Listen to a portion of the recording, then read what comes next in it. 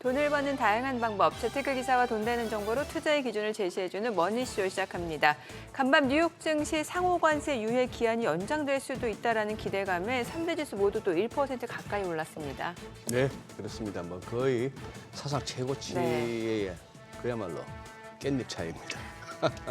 거의 뭐 사상 최고치에 도달했다라고 봐도 무방할 정도로 3대 지수 굉장히 잘 달리고 있는데요. 트럼프 대통령이 결정하기에 달렸다고는 합니다만 무역 협상을 위한 기간이 필요한 것인지 상호관세 유예 기한 연장 가능성을 백악관 대변인이 언급했습니다. 중동 지역의 지정학적 위험이 줄어든 것과 함께 시장에 긍정적인 영향을 미친 걸로 보이고요. 나스닥과 S&P 500 고점 경신 그야말로 눈앞에 두고 있습니다. 엔비디아는 간밤에도 상승하면서 역대 최고가 또 하루 만에 경신했고요. 또 여전히 시가총액 1위도 지키고 있습니다. 트럼프 대통령이 또 제롬 파월 연준 의장의 후임을 빠른 시일 내에 지명할 수 있다는 소식이 또 이렇게 미국채 수익률과 달러 인덱스를 좀 떨어뜨리는 역할을 했습니다. 네, 어제 국내 증시 쉬어가는 모습이었습니다. 보합권에서 출발했습니다만 수급적으로 봤을 때 외국인과 기관의 매도 규모가 컸고요. 차익 실현 물량도 나왔습니다. 코스닥 1% 넘게 떨어졌고요. 코스피도 3.70선에서 마감이 됐습니다. 그래도 다행스러운 점 개인 투자자들 대규모 매수에 입어서 낙폭을 또 빠르게 줄이기도 했습니다. 한국전력 3일 연속 급등한 모습이었고요. 반도체 관련주들 어제도 좋았습니다. 또 간밤 뉴욕 증시에서 엔비디아가 다시 한번 사상 최고치를 경신한 만큼 오늘 또 반도체주들이 계속해서 그 흐름을 이어받을 수 있을지 증시 타임에서 확인해 보시면 될 것 같습니다. 네, 오늘 하우머니에서는 최근 집값이 치솟으면서 더욱 뜨거워졌다는 경매 시장 분위기와 또 주목할 만한 매물까지 알아보겠습니다. 지금 보시고 계신 머니쇼는 SBS BG과 유튜브에서 실시간 시청이 가능합니다. 더 많은 국내 주식 정보 받아보실 분들은 카카오톡 채널 머니랩 추가하시기 바랍니다. 그럼 먼저 빠르게 돌아가는 글로벌 증시 상황부터 정리해 볼까요? 최주연 아나운서 소식 전해주시죠. 뉴욕 증시 상승세에 다시 날개가 달렸습니다. 시장을 짓누르던 리스크들이 하나둘 해소되고 있기 때문인데요. 간밤 백악관에서 상호관세 유예 기간을 연장할 수 있다고 밝히면서 관세 불확실성마저 사라질 것으로 기대되자 3대 지수는 모두 날아올랐습니다. 마감 상황 보면 다우 지수는 0.94% 올랐고 S&P 500 지수는 0.8% 오르면서 장중 고점을 높이기도 했습니다. 또 이어서 나스닥 지수도 0.97%로 큰 폭으로 뛰었습니다. AI 붐이 되살아나면서 빅테크 기업들도 연일 상승 랠리를 이어가고 있습니다. 엔비디아는 어제 마이크론의 호실적에 힘입어서 오늘도 상승했는데요. 역대 최고가를 하루 만에 다시 경신했습니다. 또 아마존도 월가에서 낙관을 내놓으면서 오늘 2% 넘게 뛰었고요. 다만 AI 경쟁에서 밀리고 있는 애플만 오늘 0.28% 떨어진 채 마감했습니다. 시청 6위부터도 보면 마이크론 훈풍에 브로드컴이 2% 넘게 상승 마감했고 메타에서는 오픈AI 연구원 3명을 영입했다는 소식이 나왔는데 AI 성장에 계속해서 박차를 가하고 있는 것으로 보이면서 오늘도 2.46% 올랐습니다. 반면에 테슬라는 기대를 모았던 로보택시에 계속해서 오류가 속출하면서 오늘도 하락세를 이어간 채 거래를 마쳤습니다. 오늘 시장의 가장 큰 이슈는 상호관세 연장 소식이었죠. 간밤 캐롤라인 레벳 백악관 대변인은 7월 8일로 예정되었던 상호관세 유예 시한이 꼭 중요한 것은 아니다라면서 연장 가능성도 있고 또 이는 트럼프 대통령이 결정할 사안이라고 말했습니다. 레벳의 발언은 트럼프 대통령이 실제로 고율의 상호관세를 실행에 옮기지 않을 것이라는 기대감을 키우면서 시장의 훈풍을 불어넣었습니다. 또 이외에도 간밤 트럼프 대통령이 파월 의장의 후임을 조기 발표할 수 있다는 소식도 시장에 영향을 미쳤습니다. 파월 의장의 임기는 내년 5월까지로 11개월이나 남아있는데 어제 월스트리트 저널은 트럼프 대통령이 파월 의장의 후임을 9월에서 10월 혹은 여름 중에 발표할 가능성이 있다고 밝혔습니다. 이렇게 정치권에서 통화 정책에 대한 통제를 강화하면서 연준의 독립성이 훼손될 수 있다는 우려가 커졌고요. 또 트럼프가 파월 의장의 레임덕을 앞당기면서 연준의 금리 인하를 압박할 것이라는 가능성도 제기됐습니다. 이 소식에 오늘 달러와 국채금리 모두 약세를 보였는데요. 우선 달러는 오늘도 0.37% 빠지면서 2022년 3월 이후 3년 만에 가장 낮은 수준까지 떨어졌습니다. 또 국채금리도 크게 하락했는데 금리 인하 기대감이 커지면서 특히 통화정책에 민감한 2년물 금리가 0.05%포인트 급락했고요. 10년물 금리도 0.04%포인트 하락했습니다. 이어서 오늘 나온 지표도 확인해 보면 오늘 지표들은 엇갈리게 나오면서 시장에 큰 영향을 주진 않았습니다. 우선 1분기 GDP는 대체로 지난 잠정치보다는 더 위축된 것으로 나왔는데요. 이번 확정치는 마이너스 0.5%로 나오면서 지난달에 나온 잠정치 대비해서 0.3%포인트 하향 조정됐습니다. 미국 상무부는 개인 소비가 지난달 대비 낮게 나온 것이 성장률 하향에 반영됐다고 설명했는데요. 이 수치는 0.5%로 나오면서 직전 수치보다 0.7%포인트나 빠졌습니다. 뿐만 아니라 미국 경제 실질 판매를 보여주는 민간 지출마저 하향 조정되면서 미국 경제 수요가 생각만큼 탄탄하지 않은 것 아니냐는 우려도 제기됐습니다. 하지만 미국의 내구재 수준은 깜짝 급증한 것으로 나왔는데요. 5월 발표치는 전월 대비 16.4% 늘어나면서 시장 전망치를 훌쩍 웃돌았습니다.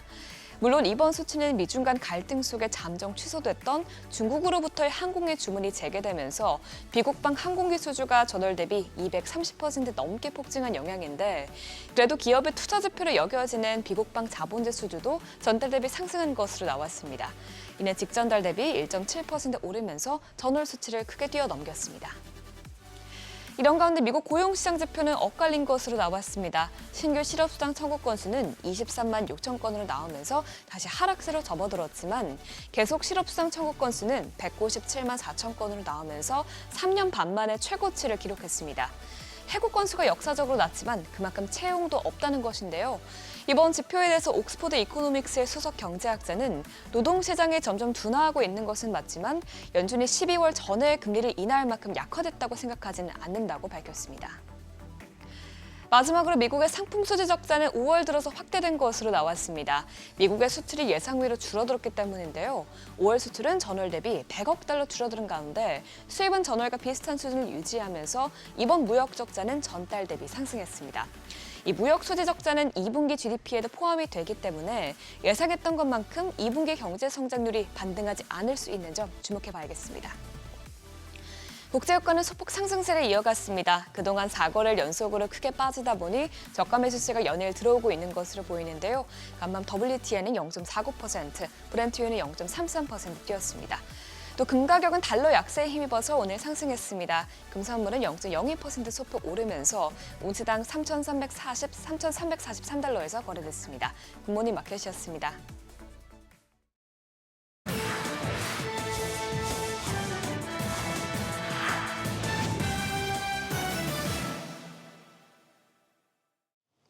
외신이 주목한 주요 이슈들 짚어보겠습니다. 중국 샤오미가 첫 전기 SUV를 공개했습니다. 이 첫 전기차를 선보인 지 딱 1년 만인데 테슬라의 모델 Y를 라이벌로 콕 집어 언급하면서 4천만 원대라는 파격적인 가격표를 달고 나왔는데요. 사측의 설명대로라면 1회 충전만으로 835km를 달릴 수 있고요. 외부에서도 음성으로 차량을 제어할 수 있고 해외 시장도 겨냥한 만큼 애플 생태계와도 뛰어난 호환성을 갖췄다고 강조했습니다.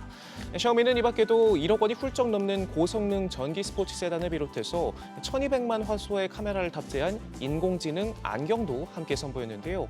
스마트폰부터 가전에 이어 이제 자동차, AI 디바이스까지 아우르는 이른바 초연결 생태계의 전략을 앞세우면서 주가는 올 들어서만 60% 넘게 뛰었고 회사의 몸값은 260조 원에 달할 만큼 커졌습니다. 인공지능 두뇌 영입에 혈안이 된 메타 소식도 짚어보죠. 오픈 AI 연구원 3명을 영입하는 데 성공했는데요. 앞서 샘 올트먼이 메타가 거액을 제안했지만 아무도 회사를 떠나지 않았다 말한 지 일주일 만입니다. 메타는 최근 인간을 뛰어넘는 초지능 AI 연구소를 세우고 이를 위해 스케일 AI의 회사 역사상 가장 큰 143억 달러를 안겨주기로 하고 창업자이자 CEO인 알렉산더 왕을 영입하기도 했고요. 여기에 오픈 AI의 공동 창업자인 일리아스 추게보가 세운 세이프 슈퍼인텔리전스의 데니얼 그로스 CEO 등도 합류했습니다.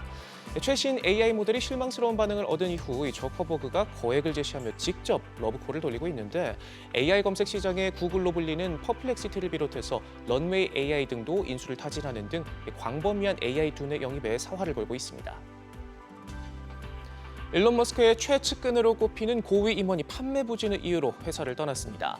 2017년 테슬라에 입사해 비서실에서 일하며 머스크의 신임을 얻고 텍사스 오스틴의 기가 팩토리 건설을 진두지휘한 오미드 압션은 한동안 스페이스X에서 근무하다 돌아와 북미 유럽 사업을 책임지는 부사장 자리까지 오르며 머스크의 해결사로까지 불렸지만 최근 주요 시장인 북미와 유럽 판매량이 곤두박질치면서 결국 해고된 것으로 전해졌습니다. 특히 유럽 판매량이 5개월 연속 감소한 점이 컸는데 테슬라는 다음 달 2분기 전 세계 차량 판매 실적을 발표합니다. 철옹성 같던 애플의 앱스토어에 균열이 생기고 있습니다. 유럽연합이 독점 이슈를 이유로 5억 유로, 우리 돈 8천억 원에 달하는 과징금을 부과하자 새 수수료 시스템을 들고 나왔는데요. 그간 강제해왔던 인앱 결제에 대한 반발이 커지자 해결책 마련에 골머리를 앓고 있습니다. 최근 유럽뿐만 아니라 미국에서도 대체 결제 수단을 제공해야 한다는 판단과 함께 규제 허들이 점차 높아지고 있는데요. 이 애플은 자사 시스템이 이용자들의 개인정보를 보호하고 있다는 점을 부각하고 있지만 빈틈없던 애플 생태계의 균열이 점점 더 커지고 있는 요즘입니다. 디지털 노동혁명이라는 표현까지 등장할 만큼 인공지능이 빠르게 일자리를 대체하고 있습니다. 세일즈포스의 마크 베니오프 CEO는 AI가 회사 전체 업무의 최대 절반까지도 수행하고 있다 말하면서 사람이 하던 일을 AI가 하게 되고 우리는 부가가치가 더 높은 일로 이동하게 될 것이라는 현실을 받아들여야 한다 강조했는데요. AI가 일상생활뿐만 아니라 회사 업무에도 빠르게 녹아들면서 최근 여러 기업들이 실제로 감원에 나서고 있기도 합니다. 최근 아마존의 수장 앤디 제시 CEO 역시 향후 수년 안에 AI가 일자리를 대체하고 이 전체 인력이 감소할 것이다 말하기도 했고요. 엔스로픽도 5년 뒤면 AI가 모든 사무직 일자리의 절반을 없애고 실업률을 최대 20%까지 끌어올릴 수 있다 내다보기도 했습니다. 국제 구리 시장이 들썩이는 가운데 곧 피크를 찍을 것이라는 전망이 나왔습니다. 골드만삭스는 구리 가격이 8월 톤당 1,050달러까지 올라 올해 정점을 찍을 것으로 내다봤는데요. 구리 가격 상승은 앞서 트럼프 행정부가 관세 부과 가능성을 시사하면서 그 전에 물량을 확보하려는 수요가 몰리면서 공급 부족이 발생했기 때문이란 분석이 나옵니다. 골드만삭스는 미국 외 구리 시장에서 공급이 부족해지면서 현재 전 세계적으로 공급 과잉인 상황임에도 지역적 부족 우려가 나오고 있다 짚었는데요. 다만 오는 9월까지 미국 구리 수입의 25% 관세가 부과되면 연말까지 톤당 9,700달러로 떨어질 수 있다고도 내다봤습니다. 지금까지 글로벌 비즈였습니다. 어제장에서 이슈가 있었던 업종 살펴보는 기업 이슈 시간입니다. 어제 코스피가 이틀 만에 3,100선을 내줬습니다. 단기 급등에 따른 차익 실현 매물이 나오면서 숨고르기에 들어갔다는 분석인데요. 그런 가운데 상승한 업종들이 있는데 먼저 2차 전지주가 강세 보였습니다. 테슬라가 로보택시 상용화 카드를 본격적으로 꺼내들면서 투심을 자극한 것으로 보이는데요. 전기차 침체 장기화와 완성차 업계의 투자 보류 기류가 이어지는 가운데 자율주행이라는 새로운 국면이 전기차 수요를 견인할 수 있을지 주목되고 있습니다. 특히 자율주행은 전력 소모가 큰 만큼 고집적, 고밀도 배터리 수요가 다시 증가할 가능성이 커지면서 국내 배터리 3사의 반전 기회가 될 수 있다는 기대가 나오고 있는데요. 더불어서 전라남도의 2차 전지 산업 집중 육성 계획도 호재로 작용했는데 전남연구원은 2차 전지 특화 도시 등 7대 미래 산업 비전을 제시하며 지역 기반 산업 성장에 대한 기대감을 높였습니다. 마감 상황 보면 자일글 상한가 기록했고요. 애경케미칼 13% 가까이 시세 분출했고 나인테크 12.14%, KEM텍 11.59%, 세아 메카닉스도 9.36% 상승 마감했습니다. 반도체주도 좋은 흐름 보였는데요. 뉴욕 증시에서의 엔비디아 훈풍이 우리 증시까지 불어왔습니다. 엔비디아는 현지 시간 25일 역대 최고가를 경신하며 종가 기준으로 처음으로 150달러 선에 안착했는데요. 루프캐피털이 AI 칩에서의 독점적인 기술력을 인정하며 목표 주가를 상향 조정한 것과 더불어서 젠슨왕 CEO가 다음 먹거리로 로봇 시장을 지목하며 여전한 성장 여력을 강조한 것이 호재로 작용했습니다.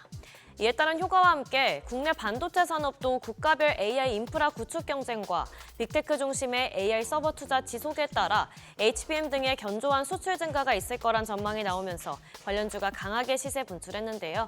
또한 SK하이닉스가 미국 정보기술 전시회에서 차세대 고대 역폭 메모리인 HBM4의 로드맵을 소개한 것도 이러한 흐름에 힘을 보탰습니다. 마감 상황 보면 FNS테크 10% 가까이 시세 분출했고요. ENF 테크놀로지 8.29%, LTC도 8% 넘게 올랐고 레이크 머티리얼즈 7.7%, 해성 DS도 6% 넘게 상승 마감했습니다. 중동발 불안감 해소 후에 코스피가 최근 3,100선을 뚫는 등 증시 회복과 함께 하반기 경제 성장에 대한 기대감이 높아지고 있습니다. 다만 미국의 관세 정책이 여전히 불확실하고 중국의 저가 공세가 거센 등 대내외 여건이 만만치 않으면서 주요 산업별 하반기 전망이 엇갈리는데요. 그러나 제약바이오의 산업은 전망은 밝습니다. 이미 올해 상반기 대규모 수주 계약 체결 등으로 바이오 의약품 수출이 전년 동기 대비 29% 가까이 증가했어서 하반기에도 좋을 것으로 예상되는데요. 미국 약가 인하 정책과 또 미국과 EU, 캐나다의 바이오 시밀러 허가 완화 정책 추진 등에 힘입어 바이오 시밀러의 수요가 증가할 것으로 전망되기 때문입니다. 더불어서 새 정부 공약인 바이오 특화 펀드에 대한 기대감도 호재로 작용했습니다. 마감 사안 보면 ABO는 항체 신약 물질에 대해 1조 8천억 원 규모의 기술 이전 계약을 맺었다는 소식이 계속 호재로 작용하면서 3거래일 연속으로 상한가 기록했고요. 텔콘 RF제약과 브리짓 바이오 테라피틱스도 상한가 기록했고 이연제약 22% 넘게 시세 분출했고요. 아미노로직스도 14.3% 상승 마감했습니다. 마지막으로 소비 진작에 대한 기대감이 커지면서 패션주가 상승했습니다. 어제 이재명 대통령이 취임 이후 처음으로 국회 시정연설에 나섰는데요.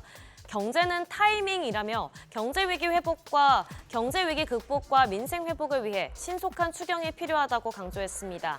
이번 추경은 크게 소비 진작, 투자 촉진, 민생 안정, 재정 건전화 이렇게 4가지 축으로 구성됐는데 특히 소비 여력 확대를 위해서 전 국민에게 1인당 최대 52만 원까지 소비 쿠폰을 지급하고 지역사랑 상품권 발행 규모도 8조 원 확대했죠.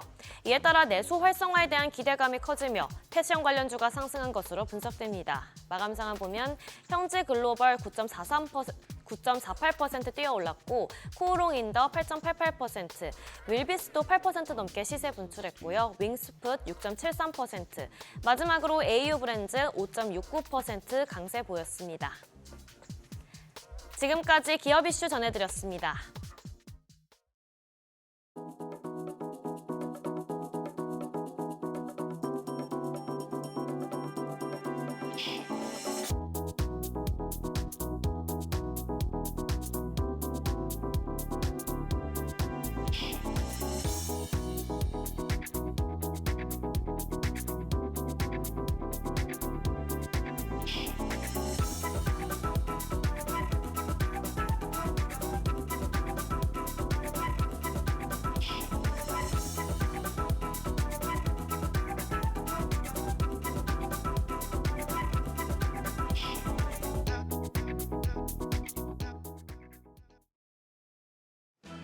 어제 국내 증시는 조정을 받았습니다. 낙폭이 작지 않았죠. 하지만 거쳐야 하는 과정이었다고 보는 시각이 많습니다.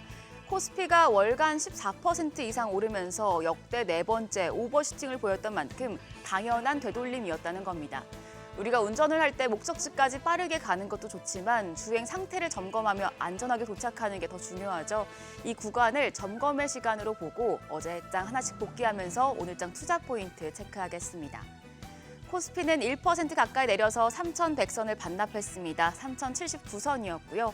코스닥도 1.3% 하락하면서 787선의 거래를 마쳤습니다. 악재는 없었지만 7월 하반기 시작을 앞두고 고점까지 올라갔다 보니 수익을 확정하거나 일부 현금화하는 식의 움직임이 나타났습니다. 그래도 지수가 장중에 2% 가까이 내렸던 걸 감안하면 오후장 가면서 낙폭을 많이 줄여냈는데요. 동학개미들의 힘이 컸습니다. 어제 양시장에서 메이저 수급주체의 강한 매도세가 나타났지만 개인 투자자들이 순매수하면서 지수의 하단을 방어했습니다. 코스피 외국인이 6천억 원 가까이 팔아냈고 기관도 2,632억 원 매도 우위였습니다. 하지만 개인들이 8,400억 원 가까이 매수 우위를 기록했습니다. 코스닥 시장에서도 외국인은 1,675억 원 팔아냈고 기관 561억 원 매도 우위 기록했습니다. 하지만 여기서도 개인은 2,366억 원 사자 포지션 취했습니다. 코스피 시총 상위단을 보면 SK하이닉스의 질주가 무섭습니다.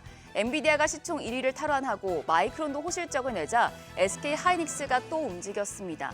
삼성전자는 6만 지지력 테스트를 하고 있는 와중에 SK하이닉스 어제 2.4% 상승해서 29만 3천 원까지 올라섰습니다. 한편 이번 주 시총 5위까지 껑충 뛰었던 네이버 같은 경우에 8% 넘게 조정을 받으면서 시총 9위로 내렸습니다.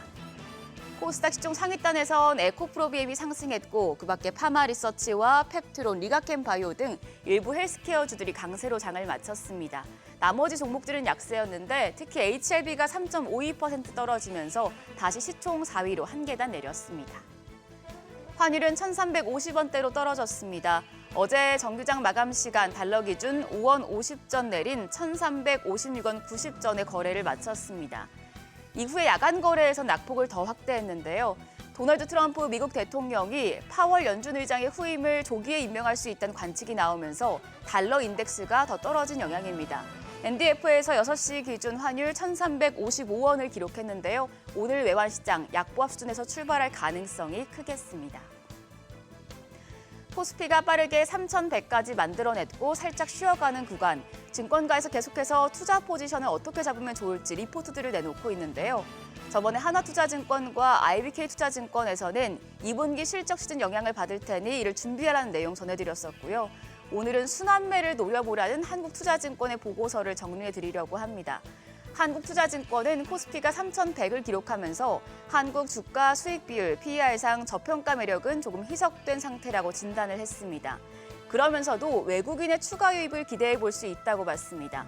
외국인이 5월과 6월 순매수로 전환을 했지만 누적 순매수 금액이 한 8조 원 정도에 불과하고요. 외국인 지분율 역시 30% 정도인 저점에서 올라왔지만 여전히 31.9% 수준이라는 점에 주목했습니다. 한국투자증권은 이를 바탕으로 순환매 가능성이 존재한다고 판단하면서 이번 달 강세장에서도 밸류에이션이 크게 확장되지 않고 외국인 매수세가 유입될 수 있는 섹터를 주목하라고 조언했는데요. 헬스케어 섹터가 긍정적이라고 밝혔습니다. PER 레벨 자체는 다른 섹터 대비해서 높지만 상승장에서 소외되면서 4월 저점 대비해서 12개월 선행 주가 수익 비율이 낮고 외국인 지분율 레벨 자체도 낮고 늘어나지도 않았다며 코스피 레벨 자체의 부담을 느낀다면 대안이 될 수 있는 섹터라고 추천했습니다. 이 보고서도 투자하시는데 참고하시죠. 오늘 일정입니다. 미국의 6월 PC 물가지수가 오늘 밤에 발표가 됩니다. 국내 이슈로는 오징어 게임 시즌3 공개 이슈가 있습니다. 오징어 게임 관련주들 움직일 수 있겠습니다. 한편 어제 시간외 거래에서는 저출산 관련주가 강했습니다. 국정기획위원회가 다음 주 인구 태스크포스를 출범시키고 인구정책 전담 조직을 구성하는 방안을 추진한다는 언론 보도에 영향을 받았는데요. 오늘도 관련주들 강세 이어갈지 지켜보시죠. 그럼 프리마켓 통해서 개장 분위기 가늠해 보겠습니다. 간밤 뉴욕 증시 상호관세 유예 시한이 연장될 수 있다는 소식에 강세를 보였습니다. 국내 증시에서도 관세 피해주들에게는 호재가 되겠는데요. 일단 유가증권 시장 프리마켓에서 시총 빅5 종목 모두 상승부를 켰습니다. 삼성전자가 0.3% 오름세로 거래가는 6만 500원, SK하이닉스가 1.7% 상승세 보여줍니다. 29만 8천 원에 거래되고 있습니다. 삼성바이오로직스가 0.4% 오름세, LG에너지솔루션도 0.34% 상승하며 거래가 29만 8천 원이고요. 현대차까지 0.72% 반등합니다. 현재 거래가 21만 1천 원으로 집계되고 있습니다. 이어서 코스닥 시장입니다. 코스닥 시장 시총 빅5 종목 내에서는 HLB만 약세고 나머지 종목들은 상승합니다. 알테오젠이 0.39% 반등하면서 거래가 38만 6,500원 나타내고 있고요. 에코프로비엠 추가적인 상승세 보여주고 있습니다. 0.66% 오름세로 거래가 10만 6,300원. 에코프로도 0.74% 강세로 4만 7,700원에 거래됩니다. 또 시총 5위의 레인보 로보틱스까지 1.76% 반등합니다. 거래가는 28만 9천 원 가리키고 있습니다.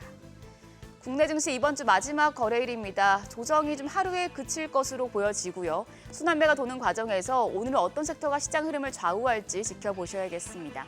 지금까지 어제장 오늘장이었습니다.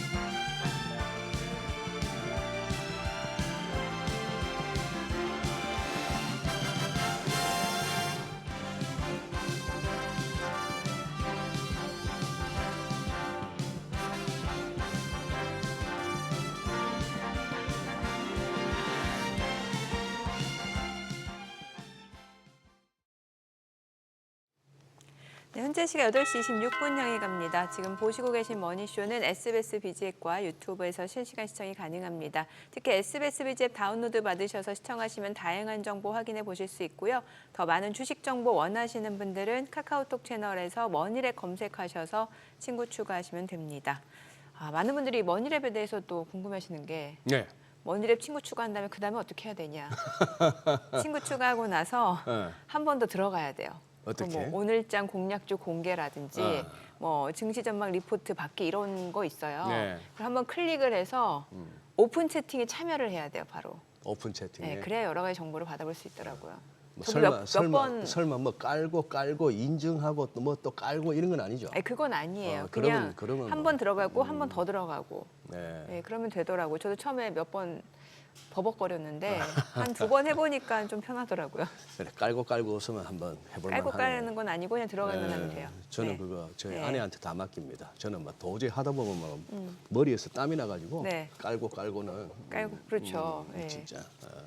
아니, 뉴욕 증시 좋네요. 힘이 S&P 500 장중의 사상 최고치를 넘어서는 모습이었는데 진짜 자꾸 이제 여기저기 시황에서 깻잎 얘기가 나오길래 도대체 어느 정도 깻잎인가 싶었더니 S&P 500 기준으로 2월 19일 날 금년에 2월 19일 날 이제 최고치가 6,147.43포인트인데 네. 어제 장중에 최고치가 6,146.52, 딱 0.91포인트, 1포인트도 차이 안 나는 거예요. 네네. 이 정도면 뭐 진짜 깻잎? 깻잎이죠. 거의 찍은 거죠. 뭐 네. 그런 상황이고 나스닥이나 다우는 고점 대비 아직 조금은 더 가야 되는데 뭐 이런 상황이면은 우리 시장도 밀리면 아래 꼬리 달리는 거 보세요. 아니, 어제 개인 투자자 대규모 순매수가 나타났고. 그러니까요. 예. 예, 맞아요. 야, 그리고 아까 우리 저 임선우 캐스터 소개하는데 메타에서 오픈 AI 출신들 그 인력들을 대거 영입을 했는데 도대체 그 저커버그가 얼마를 제시했을까 싶은 게 진짜 정말 AI 대세예요. 그렇죠. 네. 그러면은 오늘 우리 모시는 강정 센터장님 같은 분은 얼마를 제시하면 미국 건너가실까 싶기도 하고. 웃음소리 예. 바로 모셔보도록 하겠습니다. 블러닷 AI 연구센터 강정수 센터장님 함께합니다. 어서 어서 오세요. 오십시오. 안녕하세요. 저커버그 전화 없었습니까? 저한테 절대 없죠. 오픈 AI하고 구글 딥마인드에서 경력 있는 사람들을 1억 달러로 데려갑니다. 1억 달러 여러분 1,400억. 1,400억입니다. 연봉이요? 아니 옮길 때? 옮기는 비용으로 계약 비용으로 1억 달러를 주고 있어요. 거기다가 플러스 알파도 있습니다. 그 사람의 경력이 강하면 강할수록 1억 달러를 넘길 수 있어요. 1억 달러부터 시작합니다. 와. 요즘 유수의 아이비리그 저 공대 쪽은 엔지니어링보다도 전부 이 AI 쪽으로 전공하겠다고 여러분, 난리 나겠네요. 미국에서 석사를 마치고 AI 관련된 전공을 석사를 해가지고 엔비디아도 마찬가지고요. 오픈 AI나 구글 딥마인드의 메타에 취직할 때 초봉이 1 밀리언 달러부터 시작합니다. 초봉이 1 밀리언. 네. 그러니까 요즘 웬만한 축구 선수나 이 농구 선수나 야구 선수보다 이 AI 전문가들의 몸값이 더 올라가고 있습니다. 그 정도로 지금 AI가 파죽지세로 성장하고 있다는 거고요. 또 사실 메타는 좀 비판을 받아야 돼요. 왜 이렇게 1억 달러까지 줄지 않으면 메타로 안 가느냐. 예. 이게 뭐냐면 여러분 보셔야 될 것이 이제 엔트로픽의 클로드의 대표라든지 오픈 AI의 샘 알트만 이런 대표들은 계속 AGI 얘기를 하거든요. 네. AGI 일반 인공지능. 뭔가 근데 여러분 이런 거는 보셔야 되는데 이런 것도 하나의 신호와 시장에서 신호와 잡음일 때 잡음이에요. 뭐냐면 자꾸 대표가 나와서 하사비스도 마찬가지고 구글 우리 AGI 갈 거야. 우리는 정말 인류의 수건이었던 인공지능을 인간보다 뛰어난 인공지능을 만들 거야. 그러면은 뛰어난 인공지능 개발자들은 가슴이 뜁니다. 내가 그 역사적인 것에 함께하는구나. 근데 메타는 자꾸 우리는 AI 친구 서비스 할 거야. 예? AI 친구 서비스 뭐 이렇게 해가지고 우리 말동무 해주고 상담해주고 보이프렌드 해주고 걸프렌드 해주고 이게 메타의 버전인 거고 거기에 메타에 있는 르첸이라는 메타의 AI를 총괄하는 사람들은 AGI 시대는 올 수 없다 이렇게 규정을 해요. 그래요. 그러니 나 그런 거 하찮은 건 아니지만 그런 거 하고 싶지 않아 하는 거고 애플은 자꾸 논문을 냅니다. 자꾸 AI는 아직도 불안정하다. AI는 불안정하다. 그래서 우리가 안 쓰는 거다. 뭐 이런 식으로 얘기를 한 애플은요? 애플 이러면 그래서 애플 주가가 말해주잖아요. 그렇죠. 그러니까 그러면 AI에 뛰어난 인재들은 뭐 애플이나 메타는 별로 우리에게 꿈과 비전을 제시하지 않는데 그렇죠. 차라리 꿈과 비전 이것이 이루어지든 안 이루어지든 그래서 사실은 뛰어난 개발자들은 돈을 어차피 어디 가나 많이 주기 때문에 네. 자신들이 역사의 한 페이지에 기록될 이런 곳에 가려고 하고 있다는 거죠. 그래서 저는 사실 얼마 전까지만 해도 소버린 AI 이런 거에 동의하지 않았거든요. 예. 어느 정도의 국뽕도 필요하다는 생각이 들었어요. 국뽕? 그러니까 한국의 역사를 네. AI의 역사를 새로 쓰겠다. 아. 이걸 정부가 어느 정도 제시해줘야 예. 오는 것이지 그냥 어차피 돈이 너무 적어요, 한국에. 네. 올 이유가 있으려면 내가 돈은 적더라도 나라를 위해서 나라가 나를 그렇게 부르고 네. 있으니 예. 이런 부분이 필요하던데 그래서 실제로 프랑스 마크롱 대통령은 직접 프랑스 인재들을 또 미국에 근무하고 있는 전화를 직접 다 했다라는 거예요. 오라고. 아, 직접. 네. 조국이 부른다. 뭐 이런 것들이 필요한 것처럼 이 1억 달러의 이 부분은 이러한 비전이 제시가 안 되니까 돈으로 해결하고 있다고 볼 수 있습니다. 그러면 박사님, 지금 이제 우리 하정우 수석 AI 쪽 수석에서 이제 그거 하는 게 서브린 AI 아닙니까? 그렇죠. 네. 여기서 서브린은 여기 AI 분야에서 서브린의 의미는 한번 좀 정리해 주시면요. 그래서 주권이라고 하는 건데요. 그렇죠. 그러니까 기술 네. 독립을 모든 나라들이 해야 된다. 어느 정도 워낙 중요한 기술이다 보니 네. 미국의 서비스를 갖다 쓰고 중국의 오픈 소스를 갖다 쓰더라도 네. 중장기적으로 그 국가가 독립을 해야 돼. 특히 군사나 국방 이런 부분에서는 AI의 독립성을 가져야 된다라고 사실은 이것도 사실은 마케팅 용어긴 해요. 서버린 AI를 처음 얘기한 것은 엔비디아예요. 엔비디아가 각 국가에 GPU 팔기 위해서 서버린 AI 하세요라고 얘기를 했던 건데 예. 이것이 딱딱 맞아떨어졌는데 저는 처음에는 이런 걸 되게 비판적으로 봤는데 네. 일시적으로는 이런 마케팅 용어가 네. 필요하다. 그래야 산업을 이끌고 그러네요. 뭔가 이 북극성을 주는 거잖아요. 어디로 좌표를 찍어줘야 된다는 네. 건데 네. 이런 좌표 차원에서는 필요하다. 좌표가 없으면 메타처럼 돈이라도 많아야 된다. 아. 아니 국뽕이라는 말을 하시니까 딱 와닿긴 하네요. 네. 네, 소버린 AI. 지금 그러면 우리 국내에서 예를 들어서 조금 우리나라로 돌아왔을 때 말씀하신 대로 AI 인력들을 뭐 다 글로벌 미국에 있습니다. 우리 국내 출신의 AI 인력들은 다 미국 가 있을 거고 네. 그러면 그들을 불러야 됩니다. 불러들이든지 아니면 지금 우리 국내 대학에서 뭐 양성을 하든지 네. 자 그 길이 우리 서브린 AI라는 그 목표하고 어느 정도 그게 될 수 있을까요? 맞습니다. 왜냐하면 하정우 센터 저기 AI 수석도 분명하게 네. 여러 차례 방송에서 얘기했던 것처럼 자신이 클로바 X를 만드는 데 참여하면서 네이버에서 네. 절실하게 느꼈던 가장 큰 페이는 사실 1패를 했죠. 네. 페이는 인재 부족이다. 인재 부족이다. 아. 인재 부족이라고 얘기를 했기 때문에 절대적으로 필요한 것은 인재다라고 얘기를 하고 있거든요. 예. 인재가 오면 GPU도 올 거고 인재가 오면 기업이 투자를 합니다. 예. 기업이 뭐 사실은 네이버가 뭐 카카오가 SK가 뭐 삼성이 1,000억, 2,000억이 없어서 투자를 하는 게 아니라 GPU를 사도 잘 안 사지긴 하지만 네. GPU를 사도 이걸 쓸 수 있는 연구자가 없다라는 거죠. 그런 부분에서 절대적으로 지금 한국은 말씀하셨던 두 가지 투트랙이 다 필요한데요. AI 인재를 젊은 인재를 지금 학부 1학년부터 빠른 속도로 양성을 해야 된다는 것. 왜냐하면 해외에서 인재가 오더라도 몇 명 안 오는데 와서 왔더니 같이 일할 팀이 없다. 네. 곤란하잖아요. 그리고 예. 해외 인재는 저는 준비가 되면 저는 대통령 직접 마크롱처럼 전화해야 한다고 봐요. 그래서 전화하고 필요하다면 찾아가고 미국 방문했을 때 뭐 한인들 교민들 만나는 것도 중요하지만 거기 있는 AI 인재 샌프란시스코 직접 대통령이 찾아가서 그들과 만나고 그들을 불러오는 이런 노력들이 좀 필요하다고 보고 있습니다. 정말 그거 한 거는 이게 저는 구호에 그치지 않고 현실화되기를 바라는 거는 모든 국민의 마음일 겁니다. 서브린 AI를 갖다 현실화하고 코스피 5천이라는 것을 최대한 빨리 당기고 네. 언젠가는 가는 것이 코스피 5천이고 우리들 왜 많이 못 가겠습니까? 인플레를 감안하고 세상이 전부 그렇게 이제 모든 게 가는데 그걸 얼마나 빨리 당길 수 있느냐 하는 부분이죠. 그렇죠. 그리고 네. 저희가 인터넷 처음 할 때 우리 한국의 인터넷의 아버지라고 하면은 카이스트 교수였던 정길남 박사님을 얘기를 하는데요. 네. 그분 같은 경우도 미국에 살고 있었는데 나라에서 부른 거잖아요. 예. 와라. 그래서 인터넷을 연결해 주겠다. 예. 인터넷을 한번 한국에서 최초 그래서 미국 뭐 하여튼 전 세계적으로 3위로 저희가 인터넷을 연결하거든요. 네. 그런 것도 해외 인재를 일시적으로 데려왔던 부분도 역사가 있다라는 거. 그래서 AI는 죄송한 얘기지만 해외 인재를 반드시 데려와야 됩니다. 그게 어지간한 조건으로는 미국 같은 데 있으면서 받는 걸 갖다가 충족시키지는 못할 것 같은데 그렇다면은 그 인재들의 어떤 사명감 내지는 그런 것도 또 같이 기업들도 해야죠. 이제 저는 한국의 증시가 상승할 모멘텀들 이제는 기대치로 상승하고 있다라면 네. 네이버가 또는 LG AI 연구원이 또는 뭐 삼성이나 이런 SK가 미국에 있는 인재를 6명 데려왔다, 10명 데려왔다 이 뉴스에 주가가 상승할 가능성도 높다고 보고 있어요. 그래서 GPU를 확보하는 것 사실은 이번에 울산에 지었던 것 6만 개 정도로 해서 그것도 대단히 큰 규모긴 합니다만 네. X.AI 일론 머스크가 가지고 있는 거기서 그록을 만들었을 때 GPU 20만 개 썼습니다. 한 기업이. 우리나라는 지금 국가 프로젝트를 6만 개 지금 쓰고 있는 거예요. 근데 이거라도 지금 설치를 해놔야 연구원들이 올 거 아니에요. 예. 와서도 뭐 전력이 없어서 서울대는 지금 GPU도 못 돌리고 있다고 하는데 이러한 인프라스트럭처에서는 해외 인재를 부를 수가 없죠. 그래요. 해외 인재가 활동할 수 있는 준비를 갖춰놓고 어떤 기업이 인재를 몇 명씩 데려오느냐 여기에 따라서 저는 주가도 많은 변동성을 가질 거라고 보고 있습니다. 그 현실은 너무 참담한데요.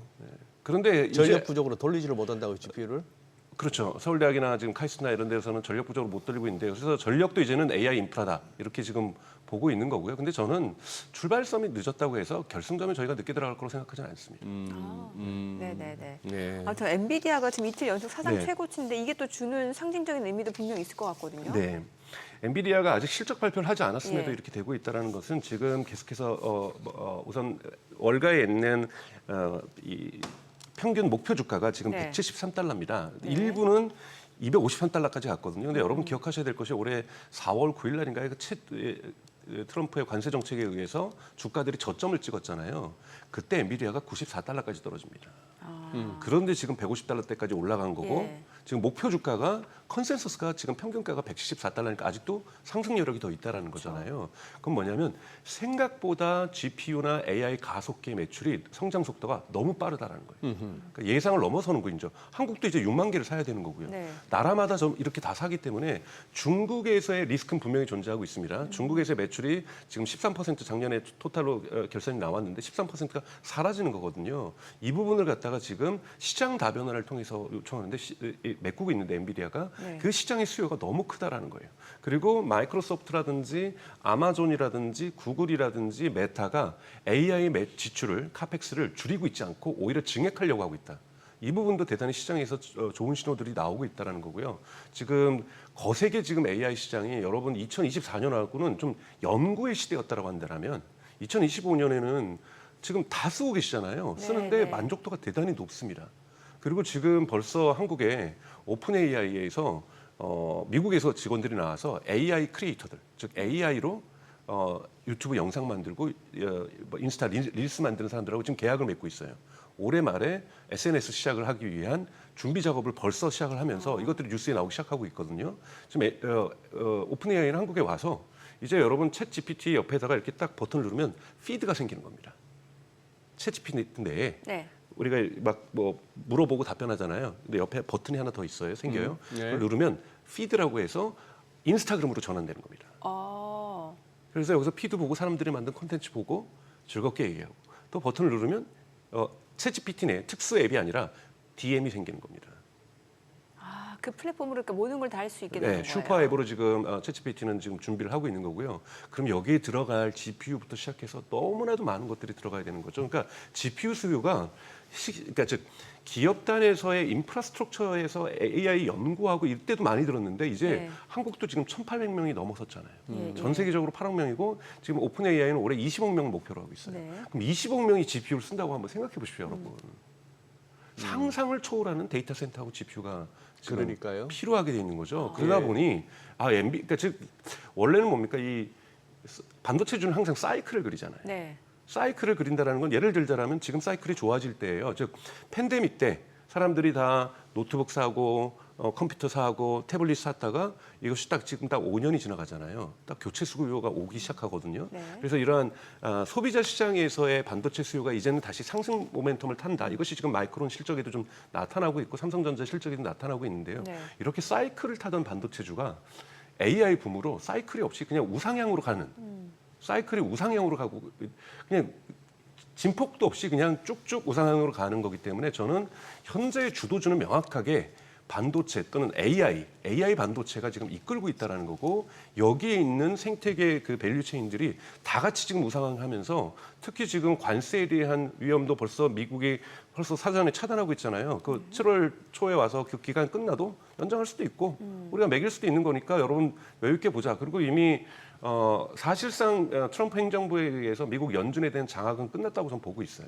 벌써 분란이 나오면서 7월 달에는 뭐 이자율 내릴 수도 있다. 이런 사람이 뭐 4명씩 나와서 얘기를 하고 있다라는 것, 정부의 눈치를 보고 있다라는 거고 신임 의장을 미리 선출하겠다. 이런 메시지들이 나오고 있다라는 것은 이것이 얼마나 궁극적으로 가서는 미국의 통화 정책에 어떤 부정적 영향을 미칠 수 있겠지만 우선 올해 안에 2025년 하반기에 분명하게 이자가 2번 정도 내려갈 수 있다는 시장의 기대치를 만족시켜주고 있다는 거죠. 그러면 올해 하반기까지는 주식 상승 랠리가 그러니까 계속될 수도 있다. 이것이 AI가 끌고 가고 있다. 이런 부분에 대한 이견들이 없어지면서 투자 심리가 대단히 좋아지고 있는 것 이것이 현재의 시점이 아닌가 싶고 여기에 주인공 중에 하나가 가장 강력한 주인공 중에 하나가 엔비디아라고 볼 수가 있습니다.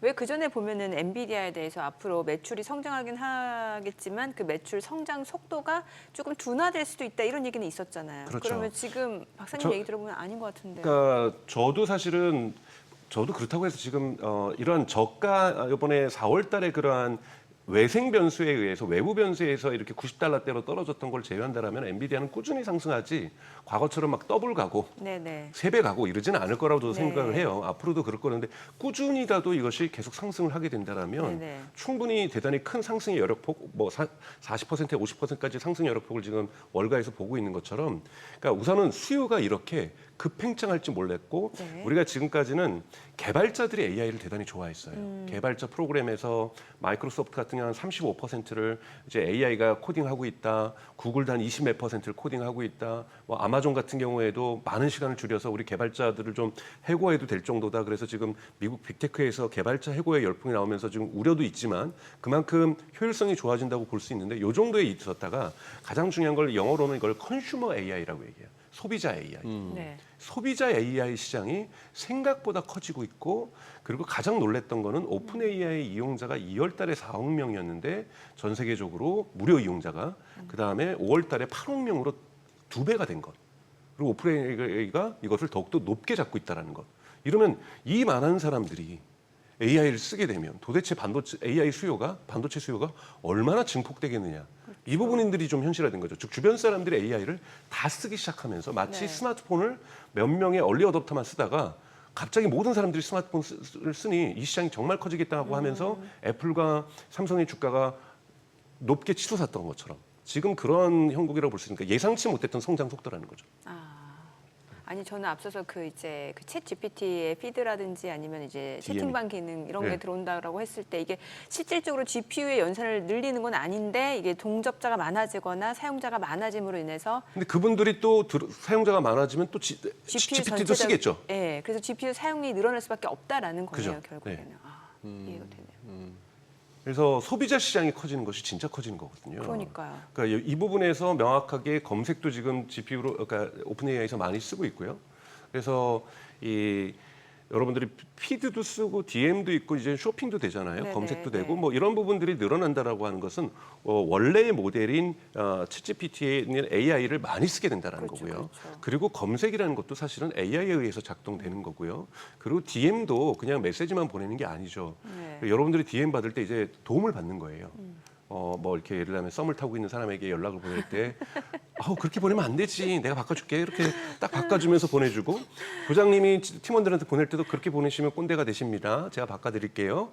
그러니까 우리가 인간이 대화가 대단히 나이스해지는 이런 시대로 저희가 진입하는 거고 누구누구의 이제 생일 아이디어가 나오면 선물해야 될지 우선 축하 메시지 이렇게 보내주시고요. 생일 선물은 요 정도 가격에서 요 정도 보니까 DM도 많지 않으시는 사이신데 한 3만 원 정도 보내시는 게 좋을 것 같습니다. 주고받는 DM이 많지 않은 사이인데. 그러면서 모든 관계에 대한 조언을 해줄 거예요. 그래서 네. 우리 인간관계에서 많은 메시지들이 받아주고 선물의 아이디어가 나는 이런 거 잘 젬병이라서 못하는 그럴 수 없습니다. AI만 쓰면은 모든 사람이 나이스해질 수 있습니다. 최소한에. 그러니까 엄청 사회화가 될 수 있어요. 그렇죠. 예. 그래서 가장 중요한 거는 원래 사회화를 잘하는 사람들은요 AI 없이도 잘해요. 예, 예. 우리가 AI 법률 서비스도 이제 미국에서 막 등장하고 있는데요. 김앤장을 대체할 수는 없습니다. 그런데 정말 죄송하지만 교육 수준이 좀 낮거나 가처분 수준이 낮은 분들은 법률 지식에 대한 두려움들이 있거든요. 그렇죠. 예? 그리고 뭐 검찰에서 무슨 편지 날라온다, 경찰에서 날라오는 손이 떨려서 그것도 개방도 잘 못 하시잖아요. 네. 그런 분들이 법률에 대한 자신감이 생기는 거거든요. 그러니까 훨씬 더 아랫단에 있었던 이용자들을 평균 수준으로 끌어올리게 되면 엄청나게 AI의 용도가 많아진다는 거죠. 이거는 전 세계 인구의 40억 명이 다 AI를 쓴다고 한번 생각해 보십시오. 엄청난 거죠. 그러네요. 근데 좀 막 개성은 그 개성이라고 하는 거는 좀 사라지거나 약해지겠네요. 개성? 그런 약간 거 지켜봐야죠. 저 네. 예를 들어서 뭐 방금 예를 드신 네. 예? 이렇게 썸 타는 사이한테 보내는 문자가 됐건 편지가 됐건 선물이 됐건 그래 저 좀 약간 좀 부족해 보이는 저게 또 쟤야 제 모습이야 내는 제 매력이야 할 수 있는데요. 모두가 너무 나이스해지면 뭐 에브리바디 나이스면 누가 나이스고 누가 아니요, 누가 인간은요, 찌질합니까? 기대치가 계속 상승합니다. 예. 계속 예. 상승해요. 아니 그리고 이 챗 GPT만 보더라도 그 사용자에 따라 달라지더라고요. 네, 이게 맞습니다. 답변이 달라요. 예. 저도 그거 했는데 살짝 기분이 나쁜 게 뭔가 질문을 했을 때 얘가 제 간을 보는 것 같아요.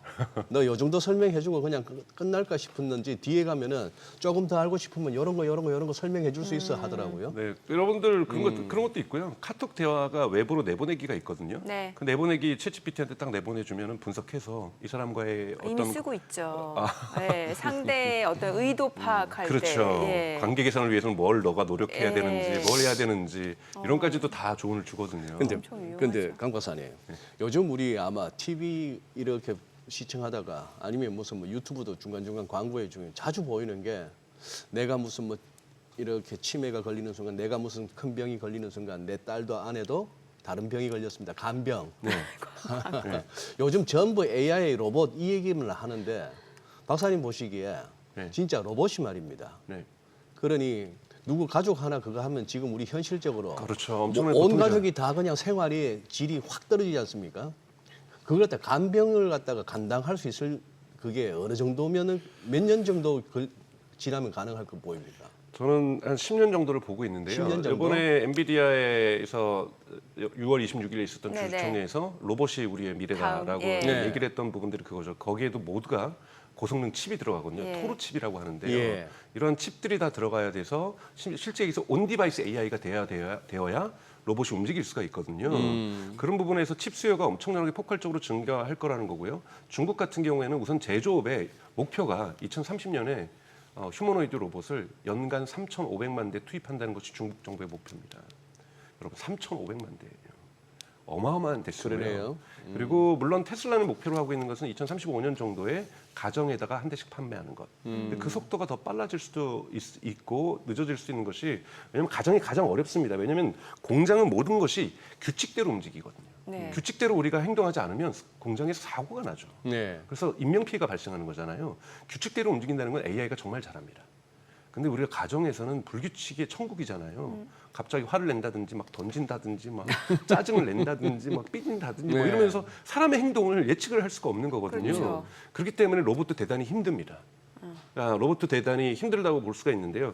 이 부분에서 이제 긍정적인 시그널이 나오는 것은 결국은 지능도 좋아져야 되는데 이번에 일론 머스크가 블룸버그 테크놀로지하고 인터뷰하면서 얘기했던 것이 뭐냐면 우리는 휴머노이드 학습에 유튜브를 사용하고 싶다.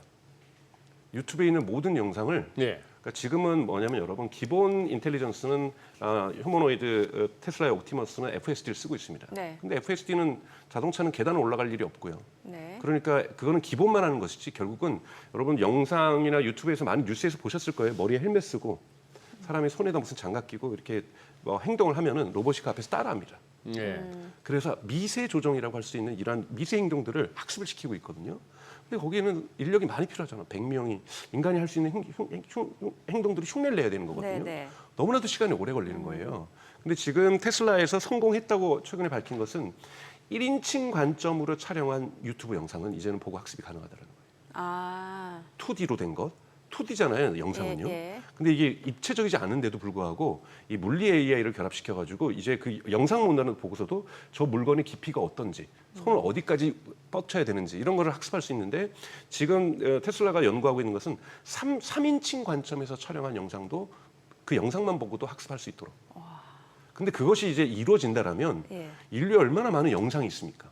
이 영상 데이터를 데이터 센터에 입력만 하면은 순식간에 모든 로봇이 자전거 타이어 빵꾸 났을 때 고치는 법 유튜브 영상 많거든요. 그렇죠, 맞아요. 예. 자동차 타이어 고장 났을 때 고치는 법 유튜브에 많습니다. 정말 집에서 청소하는 그 영상 유튜브에 정말 많습니다. 이런 걸 보고서 사람이 일일이 가르쳐주지 않더라도 바로 학습이 끝나버린다는 걸 몇 개월 만에. 3인칭까지 가능하면 충분히. 네, 그러면 유튜브의 영상을 학습할 수 있는 순간 휴머노이드 로봇의 인텔리전스 지능은 대단히 급속도로 성장할 수 있다는 거죠. 그럼 저는 한 10년 정도로 걸릴 거라고 보지만 10년 전에 올 수도 있다. 그러면 정말 가장 말씀하셨던 간병인 치료라든지 집에서 저도 그거 전에 과거 나이 드신 젊으신 분들은 잘 모르겠지만 과거에 이런 광고가 있었잖아요.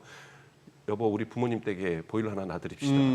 그런 광고가 있었던 것처럼 맞아요. 저는 이제 모두가 부모님께 효도 상품으로 로봇 하나 놔드립시다.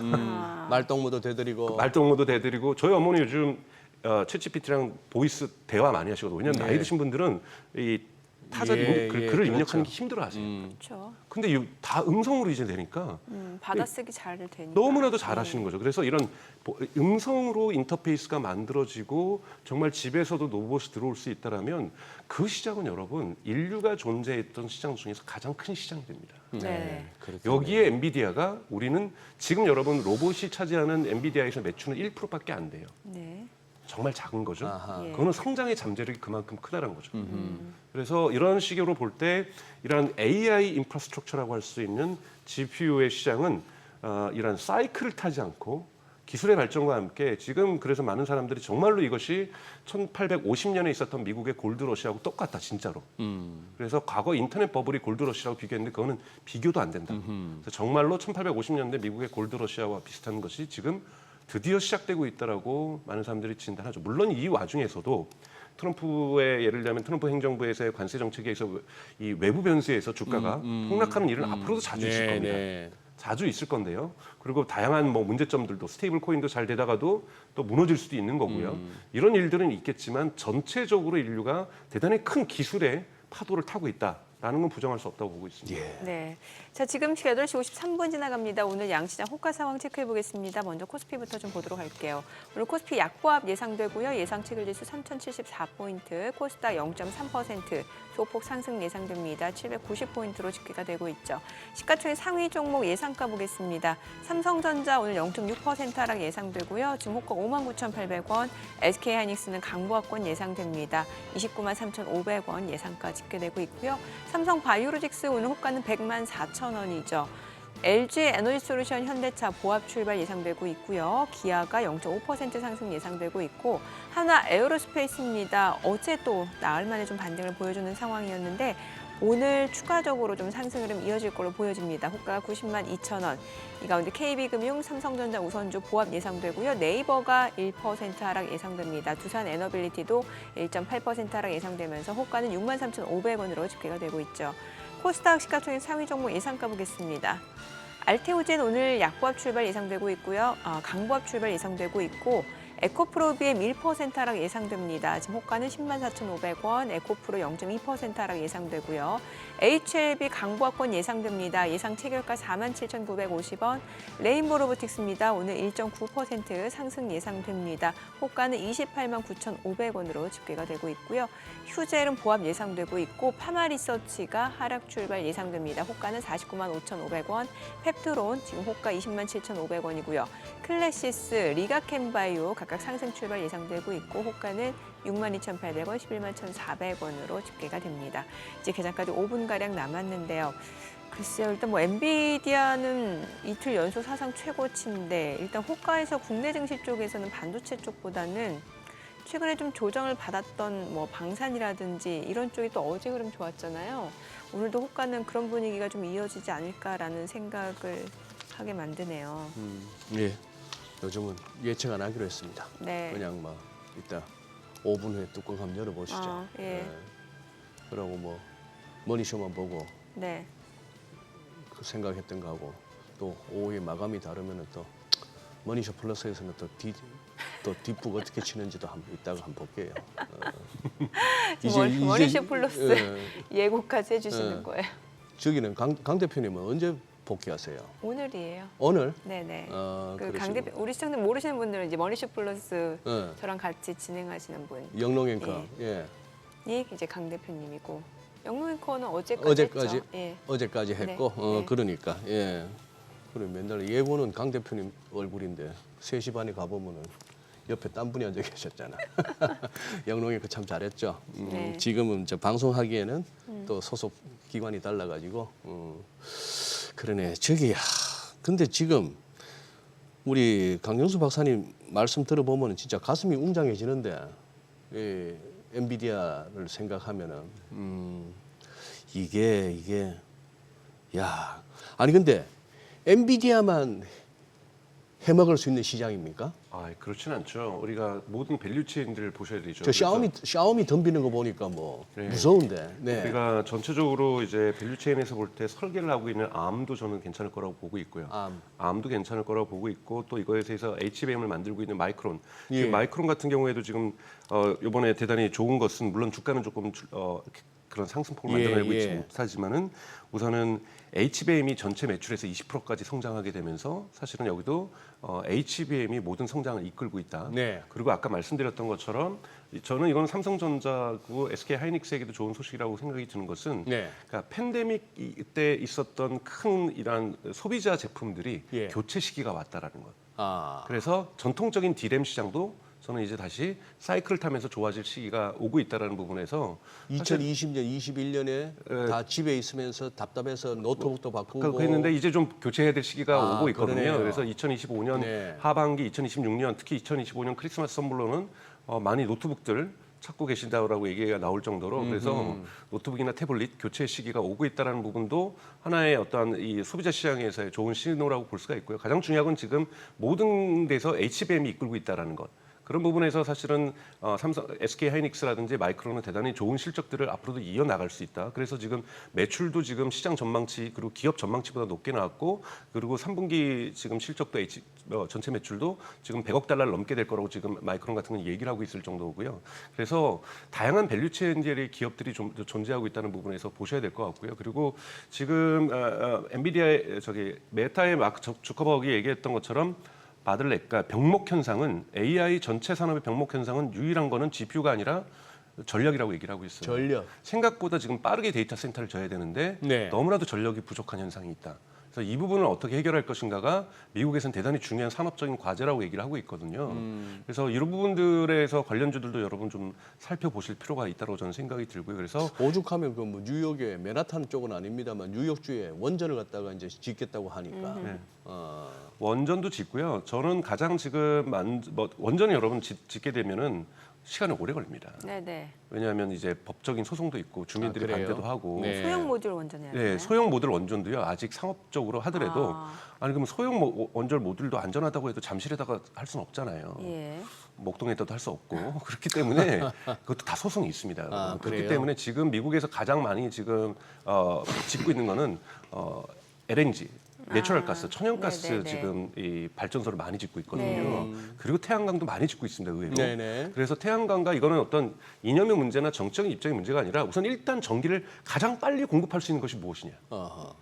거기에 지금 천연가스하고 태양광이 떠오르고 있다는 거죠. 이런 부분에서 거침없이 짓고 있는 거고요. 근데 중장기적으로도 대형 원전이 필요하기 때문에 원자력 발전소를 지금 짓고 있거나 구매하고 아마존 같은 경우 원자력 발전소를 2기를 샀죠. 네. 근데 문제는 이제 이것도 정무적으로 풀어야 되는데 이러한 기업들이 다 아리백에 가입되어 있습니다. 예. 2030년까지 모두가 데이터 센터를 재생에너지로 작동을 시켜야 돼요. 네. 센터장님 죄송한데 그 얘기 개장하고 조금 네. 더 들어보도록 하겠습니다. 자, 오늘 국내 증시를 확인해 보죠. 개장합니다.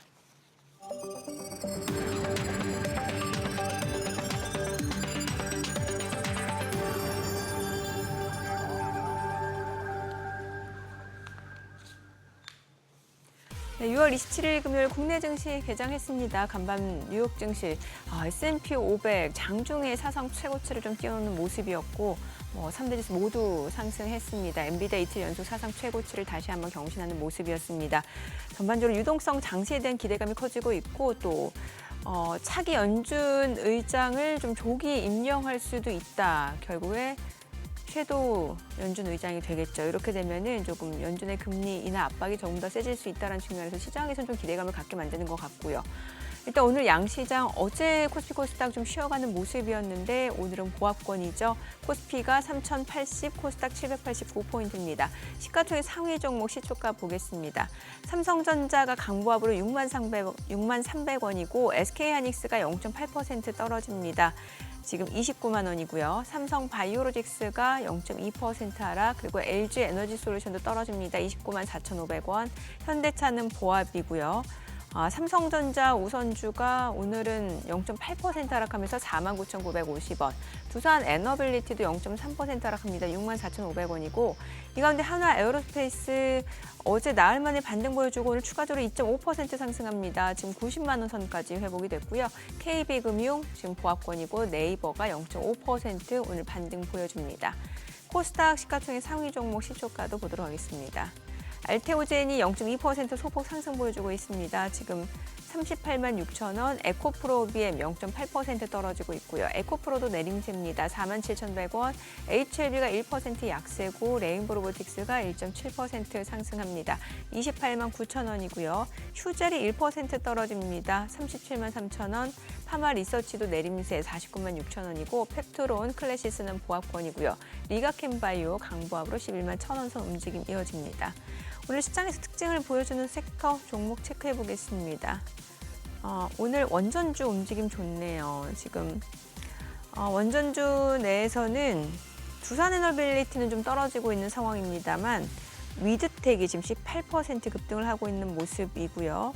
자, 그밖에 지금 오르비텍 18% 강세, 오진도 10% 오름세고요. G2파워, 한전산업 4%, 5% 강세고요. 우리기술, 에너토크도 1% 이상 올라갑니다. 한전 KPS 3.7% 상승하고요. BHI도 지금 2.5% 올라갑니다. 보성파워텍도 3% 올라가네요. 오늘 원전주들, 두산 에너빌리티도 지금 상승 전환을 시도하고 있는 상황입니다.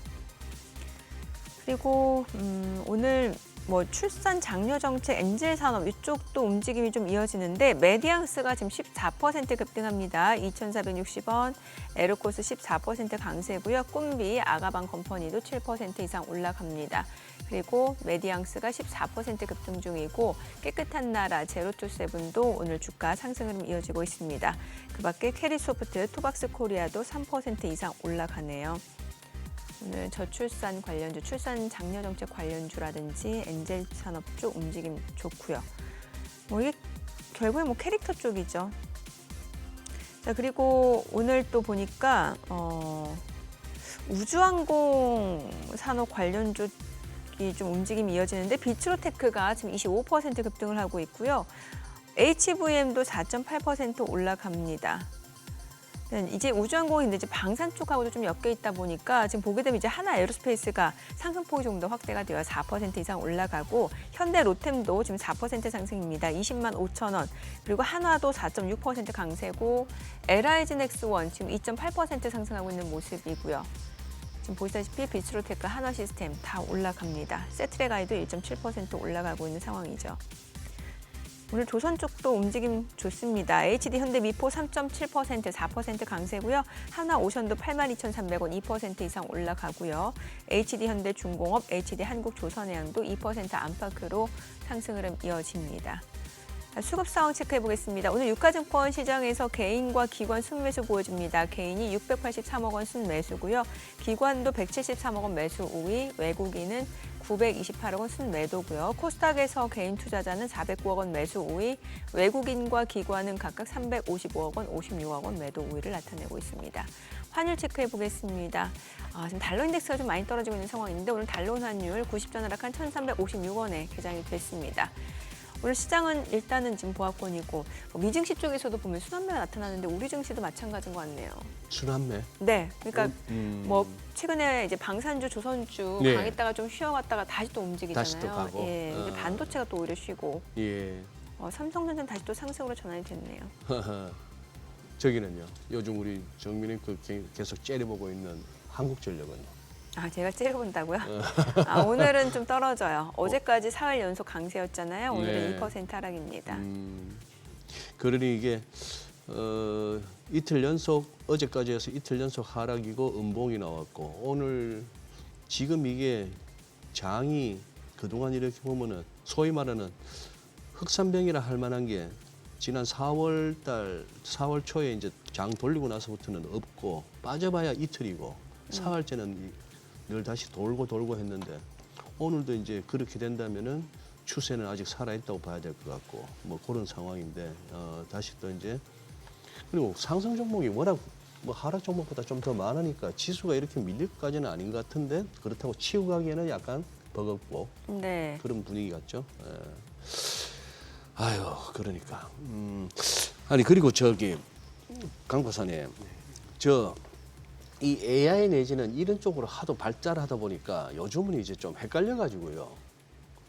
아니 뭐 많은 시청자분들도 많이 보셨을 것 같은데 왜 트럼프 대통령하고 일론 머스크가 그 포장마차에서 너 그때 왜 그랬어 임마 이러니까 형님 뭐 이러는 그거는 한눈에 봐도 이거는 만든 거네 싶은 게 보이는데 화질이나 이런 게 저 궁금한 거 하나 아까 계속해서 나오는 로봇들 보면은 이렇게 뭐 쓰레기 버리고 뭐 이렇게 뭐 이거 하는 저 동작이 제가 한 20년 후나 되면 저런 동작을 할 것 같은데 그림 많이 떨어지잖아요 지금. 네네. 저보다도 못해요. 네네. 이렇게 그럼요. 내 자세가. 관절 네. 움직임이. 움직임이. 근데 제가 한번 본 게 탁구 치는 로봇을 봤는데 이거 실제 아니죠?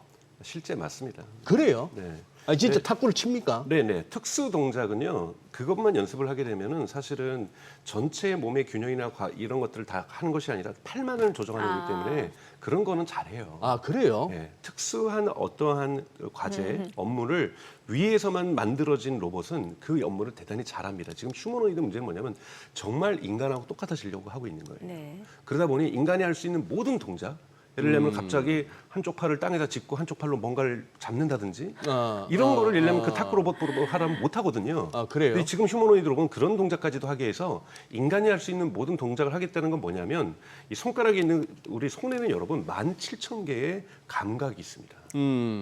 이 17,000개의 감각을 어떻게 구현할 것인가도 과학자들이 연구하는 거고. 아니 근데 지금 네. 아마 그걸 못 보셨을 것 같은데 제가 말씀드리는 그 탁구 치는 로봇은 대단해요. 그냥 두 대가 또 치면 저도 봤습니다. 아니 그거 말고 사람하고 치는데 네. 뭐 별의별 어떤 공격을 다 받아내는 거예요. 저는 그게 아무래도 현실이 아닌 것 같은데. 충분히 그런 스포츠 로봇들은 그래요? 만들어낼 수 있습니다. 그러면 저 쓰레기 버리면서 저런 자세가 나오면 안 되는데. 근데 저런 부분들은 몸의 유연성 이런 부분들의 관절들 이런 것들 다 아직까지 완벽하지 않습니다. 손도 사실은 우리가 27도라고 하는 거거든요. 근데 아직 테슬라 로봇은 22도밖에 안 돼요. 그런데 그러다 보니까 손이 부자연스럽다 보니까 속도도 느릴 수밖에 없는 거고요. 요번에 처음으로 등장했던 것이 휴머노이드 로봇 테슬라 보면은 춤을 추는데요. 지난번에 춤출 때하고 지금 달라진 건 뭐냐면 발가락이 생겼어요. 발가락. 네, 그래서 발가락이 5개가 아니라 하나의 발가락으로 앞부분에 생겼는데요. 네. 이것이 휴머노이드 역사에선 처음으로 생긴 발가락이에요. 근데 우리가 발가락이 있고 없고에 따라서 균형 감각이 완전 다르잖아요. 그렇죠. 그러니까 지금 모든 로봇은 다 여러분 중국의 로봇들 막 마라톤하는 로봇들 보십시오. 다 평발이에요. 정말. 바닥에 하나 그냥 한 면을 가지고 이렇게 탁탁탁탁 뛰는 거거든요. 근데 이게 발가락이 있고 없고는 여러분 달리기도 그렇고 균형 감각이 엄청나게 다르죠. 이렇게 되면요 에너지도 적겠습니다. 우리가 균형을 잡을 때 휴머노이드 로봇이 배터리를 많이 쓰거든요. 네. 이런 부분들에서 아직까지는 여러분 휴머노이드 로봇은 시장이 된 것이 아니라 저 지금 로봇 보면은 발바닥을 보셔야 돼요, 여러분. 저 발바닥으로는 저 지금 평발입니까? 저? 평발이죠. 그러니까 완전히 일면으로만 되어 있거든요. 예. 그렇기 때문에 요 발가락들도 진화해야 될 것들이 대단히 많이 있다. 그래서 지금은 휴머노이드 로봇은 아직은 R&D다. 시장에 나와서 판매되는 가격을 지금 뭐 저렴하게 할 거라고 얘기를 하지만 실제로 그걸 구현해내고 있지 못하거든요. 그래서 좀 더 지켜보실 필요는 있다. 그런 측면에서 우리나라의 소위 로봇 관련주로 꼽히는 종목들의 어떤 주가에 대해서 한번 평가를 하신다면은. 그 레인보우 로보틱스라든지 두산 로보틱스라든지 네. HD 로보틱스라든지 지금 대단히 하나 로보틱스라든지 대단히 잘하고 있는 것들은 그분들의 매출의 100%는 산업 로봇과 협력 로봇에서 나옵니다. 그러니까 지금 어느 전 세계 어디에도 휴머노이드 로봇으로 매출이 나오는 기업은 한 군데도 없어요. 그래요. 그러니까 100% 한국의 기업들은 산업 로봇과 협력 로봇에서 나오고 네. 있는 거고요. 이런 부분들이 지금 이 시장도 지금 커지고 있거든요. 중국 같은 경우에는 예를 들자면은 다크 팩토리라는 단어가 요즘 많이 등장을 해요. 다크 팩토리? 그게 뭐냐면 요 블럭이 자동화되면 그 블럭인 전기를 꺼버립니다. 그래서 어두워요.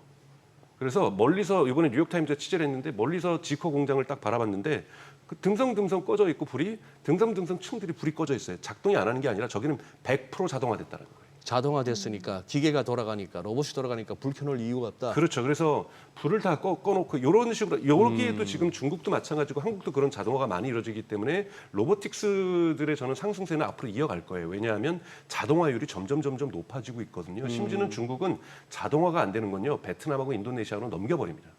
그 정도로 중국이 지금 자동화에 집중을 하고 있고요. 꼭 사람 손이 필요한 거는 네, 그쪽으로 꼭 사람 손이 넘겨버린다? 필요한 거는 그거를 놔두면 그래도 자신들의 실업률을 해결하는 데 도움이 될 텐데 예. 어차피 기하게 큰 한 가정 한 자녀들 같은 경우 그런 3D를 안 하려고 하고 예. 지금 농촌에서 올라오신 분들만 그런 일자리를 찾고 있는데 굳이 그거를 지금 중국 정부를 가져가지 않겠다라고 해서 중국 정부도 그거를 외부로 돌리고 있고요. 그리고 우리는 자동화 가겠다. 그리고 자동화가 안 되는 부분은 2030년에 휴머노이드로 대체를 하겠다라는 거잖아요. 근데 한국이 지금 휴머노이드 부분에서는 정말 맹아적인 수준에 있어요. 왜냐하면 산업 로봇이라든지 협동 로봇에서는 인공지능이 필요하지 않습니다.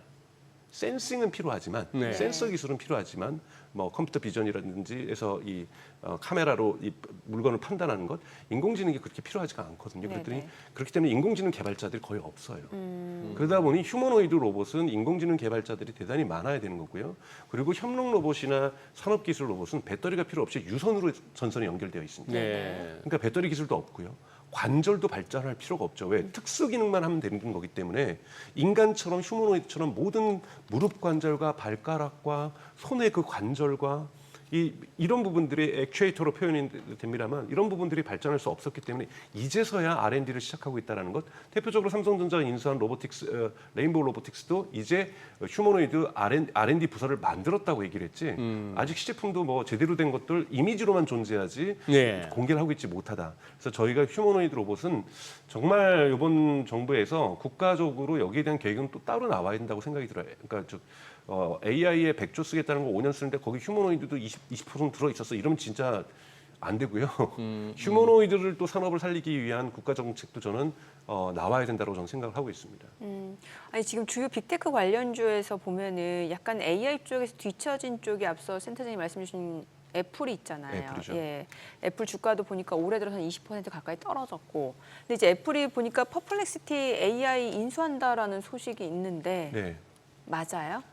인수를 확정진 건 아니고요. 검토? 최고 경영진에서 검토하고 있다는 것이 블룸버그에서 보도가 된 거죠. 예. 그렇기 때문에 지금 검토된 거기 때문에 최종 결정까지 날 때는 대단히 왜냐하면 애플이 M&A에 대단히 보수적인 회사예요. 그렇기 때문에 지연될 거고 그다음에 여러분도 아시는 것처럼 퓨리오사 한국의 NPU 칩을 만든 것도 메타가 인수 제안했지만 퓨리오사가 거절했잖아요. 퍼플렉시티도 충분히 거절할 수 있는데 애플이 아마 손을 잡자 그러면은 애플에 인수될 가능성은 좀 높다고 보고 있어요. 애플은 이렇게 되면 AI 지각생이라는 지금 이미지가 예, 주가를 예. 끌어내리고 있는 거거든요. 예. 이 AI 지각생 부분을 조금 어느 정도 만회할 수 있다. 그래서 예. 퍼플렉시티의 그 애플 인수가 확정되면 저는 애플의 주가는 V자는 아니지만 턴어라운드를 할 수 있는 가능성은 분명하게 존재한다. 그리고 그렇게 되면 시리에 당장 네. 퍼플렉시티가 붙게 되면 저희가 시리에게 물어본다 그러면은 머니쇼는 어떤 프로그램이야? 라고 물어본다라면 지금은 절대 모릅니다라고 나오고 있는데 시리가 멍청하게 이제 시리가 퍼플렉시티랑 연결해서 머니쇼는 누가 진행하고 있고 이런 좋은 정보를 주고 있는 곳이다라고 정리해서 얘기를 해주겠죠. 아니 써보니까 챗 GPT랑 확실히 또 다른 차별화된 장점이 있더라고요. 맞습니다. 예. 대단히 전문가들이 쓰기 좋게 대단히 정보가 구체적으로 높은 품질의 정보를 제공해주고 있거든요. 최신 정보가 빠르게 업데이트되고. 네, 퍼플렉시티는 예. 여러분 누가 만들었을까? 바로 오픈 AI를 만들었던 분들 중에서 일부가 나와서 4명이 만들었다. 네, 그러니까 오픈 AI 이탈자들이 만드는 거기 때문에 대단히 높은 AI 기술력들을 가지고 있다고 볼 수가 있습니다. 네. 그래서 애플이 퍼플렉시티를 인수하는 건 전 좋은 신의 한 수라고 저는 생각하고 있습니다. 그러면 저기 박사님 우리나라에서 그러면 이제 AI 얘기를 하다 보니 이 네이버하고 카카오 최근에 엄청 뛰었습니다.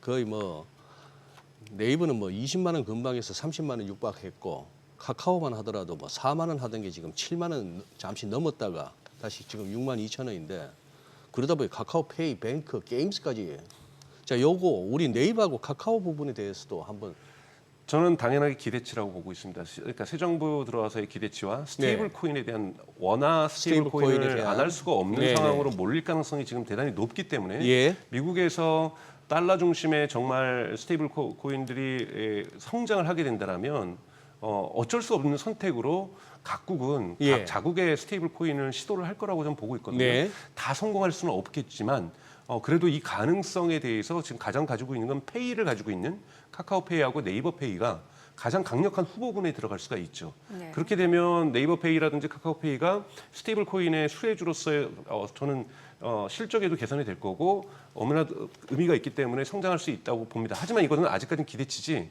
과연 구체적으로 관련법이 또 한국을 국회를 통과해야 되는 거잖아요. 스테이블 코인에 대한 네. 미국의 제니시스 법안처럼 국가가 어느 정도 스테이블 코인의 안정성을 뒷받침해줘야 되는 거잖아요. 이런 부분들이 실현될 때까지 조금 기다리실 필요가 있지만 그런 것들이 정말 진행이 되면서 스테이블 코인이 원화 스테이블 코인이 착착착 단계적으로 진행된다라면 뭐 저는 이 펀다멘탈이 받쳐줄 수 있지만 지금은 펀다멘탈 없는 기대치라고 저는 보고 있고요. 사실은 네이버 같은 경우에도 1차적으로 네이버가 지금 약점을 말씀을 드리면 챗GPT의 이용자들이 한국에 급증하고 있다는 거. 네. 이건 네이버의 검색 시장 점유율이 줄어들 수 있다라는 상징성을 가지고 있는 거고 챗GPT가 SNS를 시작하고 DM을 시작하고 쇼핑을 시작한다라면 미국은 쇼핑을 이미 결제까지 챗GPT 내에서 할 수 있습니다. 네. 페이팔을 연결해서요. 예. 이렇게 되면은 네이버 쇼핑에도 좀 타격이 올 수가 있습니다. 그리고 카카오 같은 경우에는 정말 올해 말에 오픈 AI가 챗GPT가 인스타그램처럼 SNS가 전환되고 DM이 들어온다라면 모바일 메시징 서비스에 대한 시장에 대한 공격을 할 수가 있거든요. 이런 부분에서 카카오도 분명히 공격을 받을 수 있다는 부분에서 100% 위험 요소가 없는 것은 저는 아니라고 저는 생각이 들어요. 지금은 네. 완전한 기대치라고 저는 보고 있습니다. 또는 좋게 보면은 워낙 저평가되었기 때문에 정상화되어 가는 길이라고도 볼 수 있죠. 네. 네, 예, 뭐 그런 측면에서는 고점 대비 워낙 낮은 데까지 네. 떨어졌으니까. 네. 근데 오늘은 다 설명을 못 듣겠습니다만 박사님 다음 출연하시면 그것도 좀 설명해 주십시오. 예를 들어서 스테이블 코인 관련해서 네. 이제 카카오 관련주나 이런 네이버 아까 말씀하신 카카오페이가 됐건 네이버페이가 됐건 스테이블 코인이 어떤 식으로 그 카카오나 네이버의 수익 모델을 창출할 수 있는지 그거는 탁 안 오거든요. 그렇죠. 서클도 지금은 엄청나게 미국에서 글쎄, 올라가고 예. 있지만 서클은 대단히 고생을 많이 했거든요. 예. 그래서 만약에 1대1로 예치금을 예. 중앙은행에다가 한국은행에다가 둬야 된다라면 이걸 갖고 흔히 말하는 은행이라는 건 레버리지 장사잖아요. 그러니까요. 레버리지를 어떻게 할 것인가가 사실은 그래서 답이 잘 뭔 돈을 버냐 말이죠. 제 얘기는. 그렇죠. 근데 이제 레버리지를 내려면은 어느 정도 비율에서 비트코인으로 하게 해달라.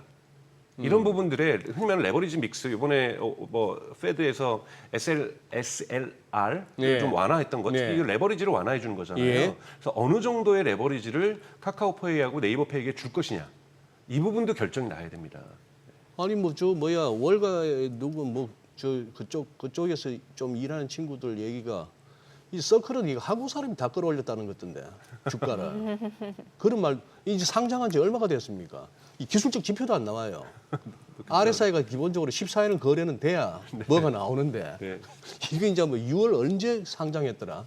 네. 그러고 나서 이거 60몇 프로 갖다가 그렇게 확 잡아 당겼으니 네, 300불까지 올라갔죠. 네. 이야 참. 돈나무 언니도 많이 돈나무 캐시우드도 또 보는데 또 촉이 있어가지고 네. 후다닥 해먹고 또 빠져나오는 것 같더라고요. 네네. 예, 털고 나오는 것 네네. 같더라고요. 아니 저 테슬라 좀 여쭤볼게요. 네. 그 이번에 로보택시 네. 이제 시범 운행했잖아요. 근데 이제 뭐 말도 많고 뭐 여러 가지 논란도 많습니다만 이제 구글 웨이모하고 비교를 하잖아요. 네. 그래서 이제 결론적으로 얘기를 하면은 확장성은 테슬라 로보택시가 좋고 안정성은 구글 웨이모가 좋다. 이렇게 결론을 지어보면 되는 건가요? 그렇죠. 그 현재 수준에서는 그렇습니다. 안정성이라는 현재 것. 수준, 예. 근데 지금 자율주행이라는 건 여러분 잊지 마셔야 될 것은 인간의 운전을 AI가 모방하는 겁니다. 네네. 그래서 지금 테슬라는 초보 운전 딱지를 붙이고 있는 거예요. 아, 예, 예. 그렇기 때문에 이번에 나왔던 사건 사고가 뭐 사건은 없었죠. 네. 그 경찰청 신고된 예. 그러한 우려스러운 장면은 거의 초보 운전자가 하는 실수를 똑같이 하고 있는 거거든요. 비슷하죠. 예. 근데 초보 운전자도 시간이 지날수록 운전을 잘하시잖아요. 맞아요. 그런데 AI는 훨씬 더 빠르게 일반 운전자 수준으로 다가올 수 있고 일반 네. 운전자 수준을 넘어설 수 있습니다. 그래서 저는 안정성의 이슈는 시간이 시간 내에서 그 올해 안에는 반드시 다 해결될 수밖에 없는 문제들이라고 저는 생각이 들고 가장 중요한 건 확정성이죠. 어떻게 확정할 것인가. 왜냐하면 규제에 의해서 걸려 있는 거거든요. 도시마다 허가를 해줘야 되는 건데 텍사스에서 저는 이제 두 번째 방법이 있다고 봐요. 만약에 샌프란시스코하고 지금 LA에 신청을 테슬라가 해놨는데 안 해준다라면 저는 그냥 오스틴을 감쌀 거라고 봐요. 오스틴에서 만약에 지금 현재 우버가 3,000대가 다니고 네. 있고 웨이모가 300대가 다니는데 테슬라가 거기다 5,000대를 풀어버리면서 반값 택시를 해버리면 예. 우버는 망할 겁니다. 최소한 오스틴에서는요. 그러면 사람들이 뭐라고 평가하냐면 확장만 되면 모든 도시의 우버 매출을 테슬라가 다 가져가겠구나.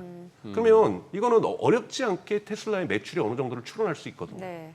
그렇기 때문에 대단히 큰 재무적 확장성을 가질 수 있다. 즉, 이 서비스의 확장성, 차량의 확장성뿐만이 아니라 재무적인 확장성을 너무나도 쉽게 더하기 빼기로 해볼 수가 있는 거기 때문에 저는 그때 즉 오스틴만 만약에 테슬라가 5,000대 정도로 점령만 해버려도 대단히 큰 사건으로 기록될 수도 있다고 보고 있습니다. 근데 지금 이제 초보 운전 네. 단계라고 하셨으니까 로보택시에다가 그 스티커는 붙였으면 좋겠어요. 저기 뭐야 제일 재치 있는 그 초보 운전 스티커가 그거더라고. 여러분도 얼마나 답답하지? 저도 답답해요. 뭐부터 뭐, 시작해서 많잖아요.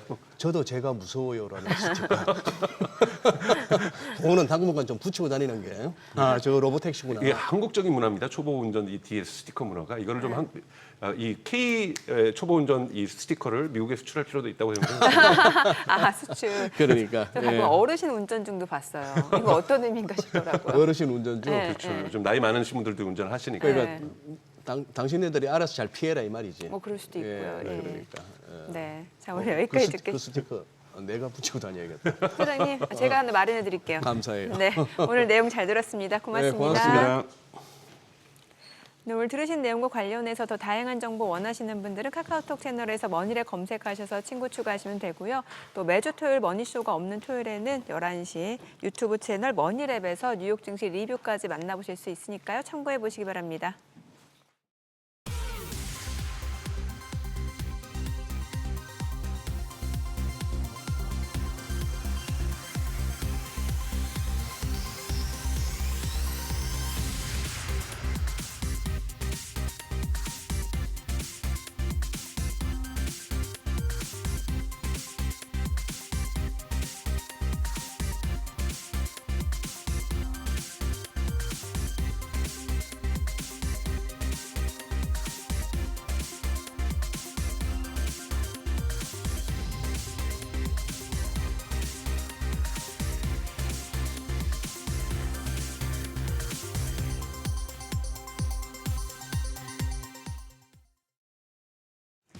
이 시각 시황입니다. 국내 증시 일단 조정은 멈췄습니다. 도널드 트럼프 미국 행정부의 상호 관세 협상 마감 시한 연장될 것이라는 기대감이 호재로 작용하고 있습니다.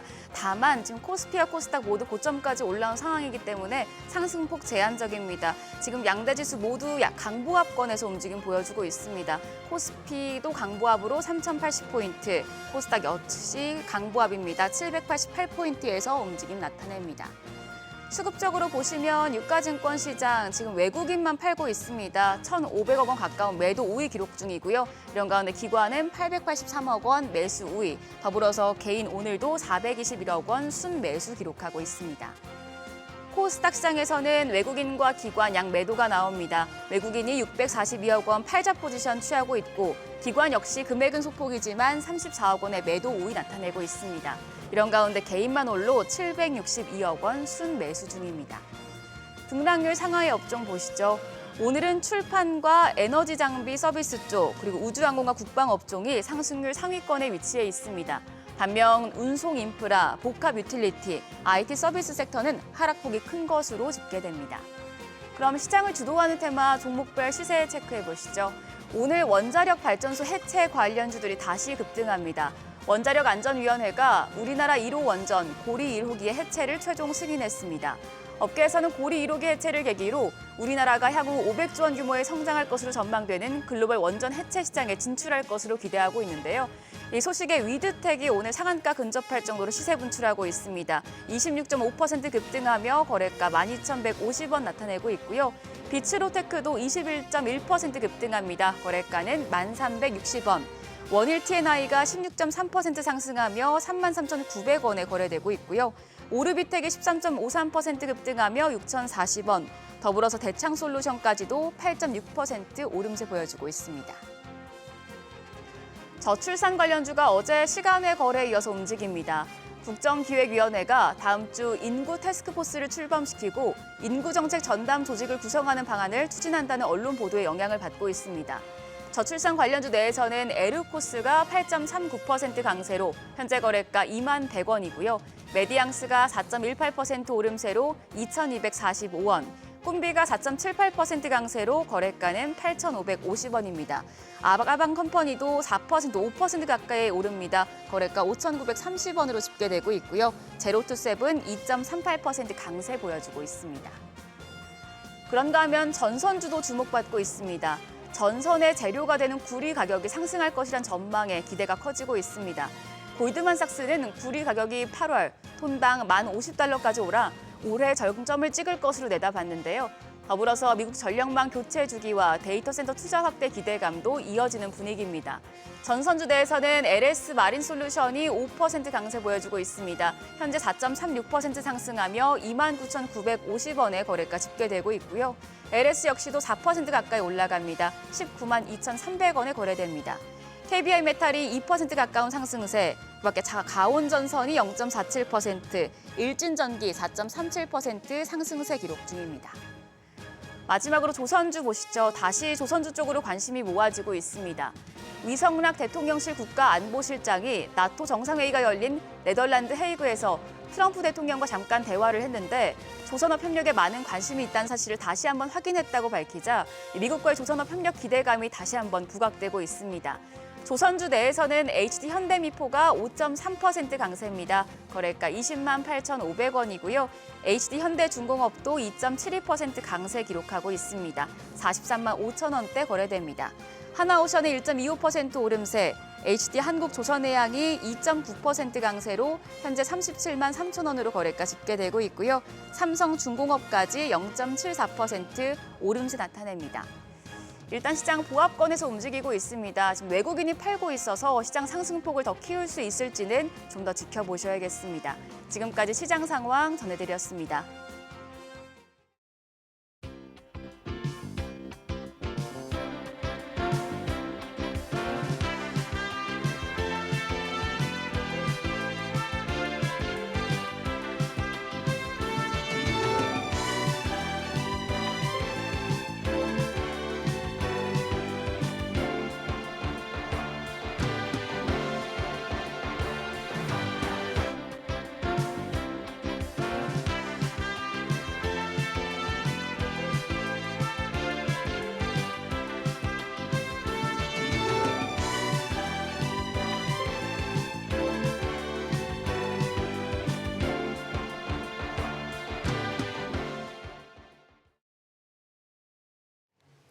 새 정부 출범 이후 자산 시장이 가파르게 오르고 있는데요. 부동산 시장도 예외는 아닌 것 같습니다. 여기에다가 또 내년 공급 부족 우려까지 겹치면서 서울 아파트값 오름세가 심상치 않은데요.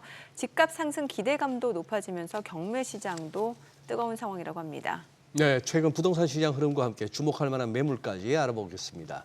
세종사이버대 부동산학과 설춘환 교수 자리했습니다. 어서 오세요, 교수님. 네, 안녕하세요. 네, 모처럼 또 우리 교수님 까랑까랑한 목소리를 들을 수 있네요. 네.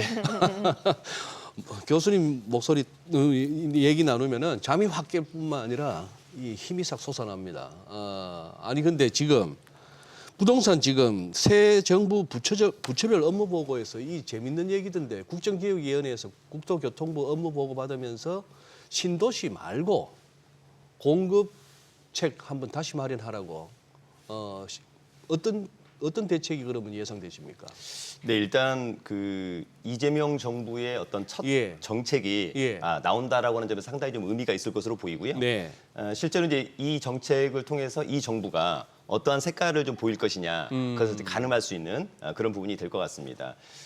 소위 말씀하신 것처럼 최근에 시장이 사실상 불장, 뭐 예, 천장을 예. 뚫은 주택 가격 이런 말들이 상당히 많이 나오고 있거든요. 그래서 정부로서는 아마도 장기적으로는 공급 확대책이 좀 나와야 될 것 같고 단기적으로는 아마 규제책이 나올 것으로 예상을 한번 해보고 있습니다.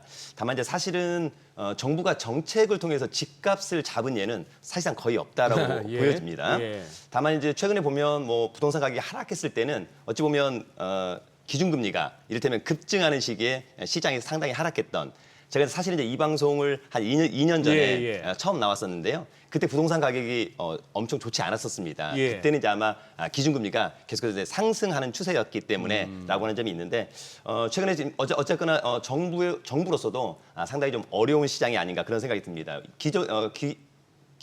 기준금리가 계속 내려가고 있는 그런 상황이기 때문에 어떻게 될지는 모르겠다라고 하는 점이 있는데 다만 이제 단기적으로 도심 재개발 또는 어떤 재건축 이런 걸 통해서 좀 공급을 확대하겠다라고 하는 그런 부분이 있었습니다.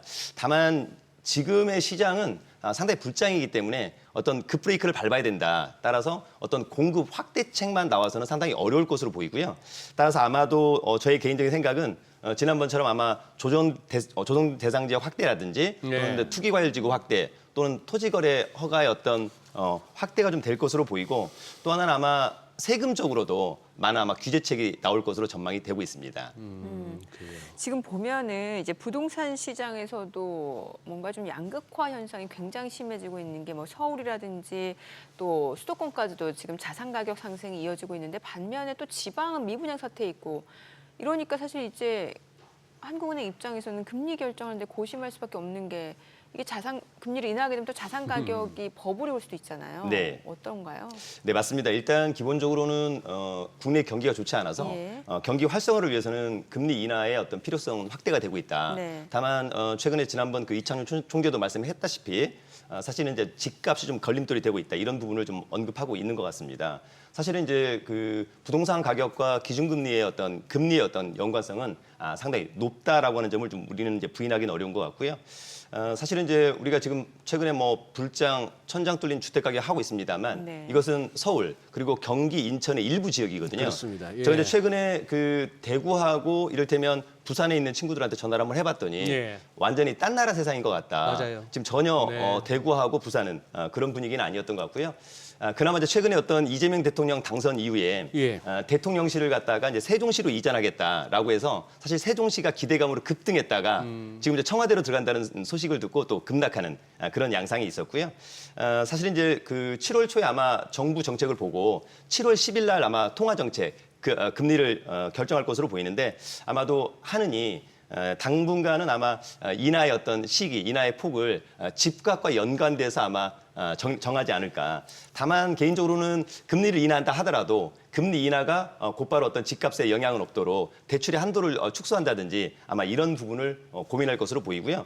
아마도 이제 금리가 낮으면 대출은 급증하고 통상 주택 가격이 상승했었기 때문에 아마 상당히 고민하지 않을 수밖에 없지 않나 생각이 듭니다.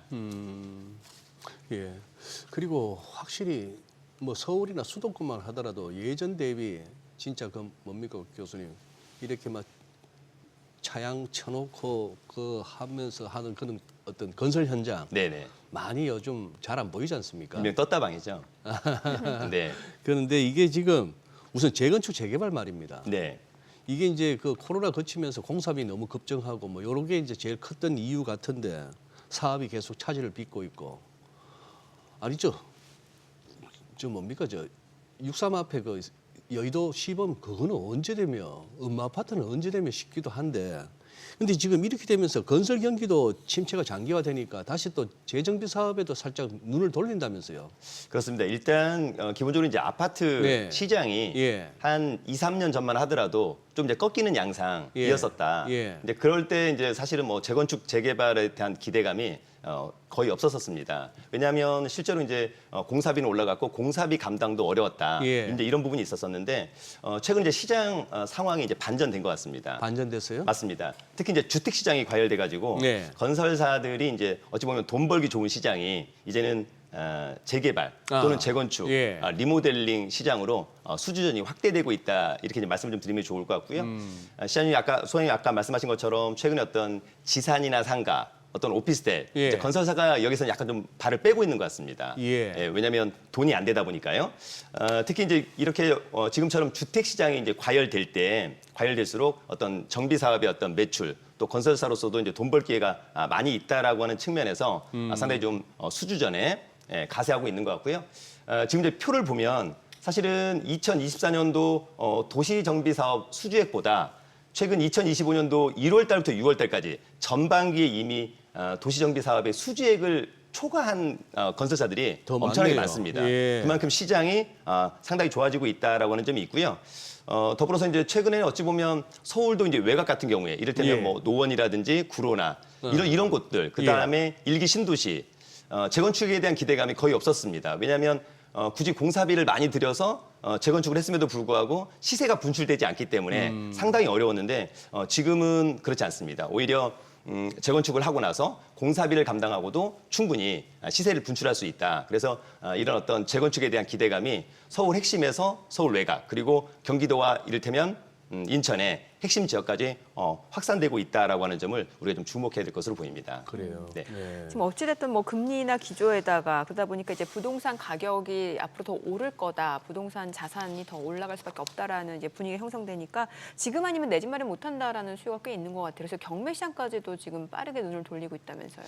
맞습니다. 요즘 경매 시장도 사실상 불장입니다. 예. 사실 이제 이번 정부가 내세운 게 주식도 불장, 네. 약간 부동산 시장도 불장. 예, 불장. 그러네요. 그러니까 자산 시장이 시장이 전반적으로 예. 네, 맞습니다. 그래서 최근에 이제 경매 시장을 보면 낙찰가율은 급등하고 있고요.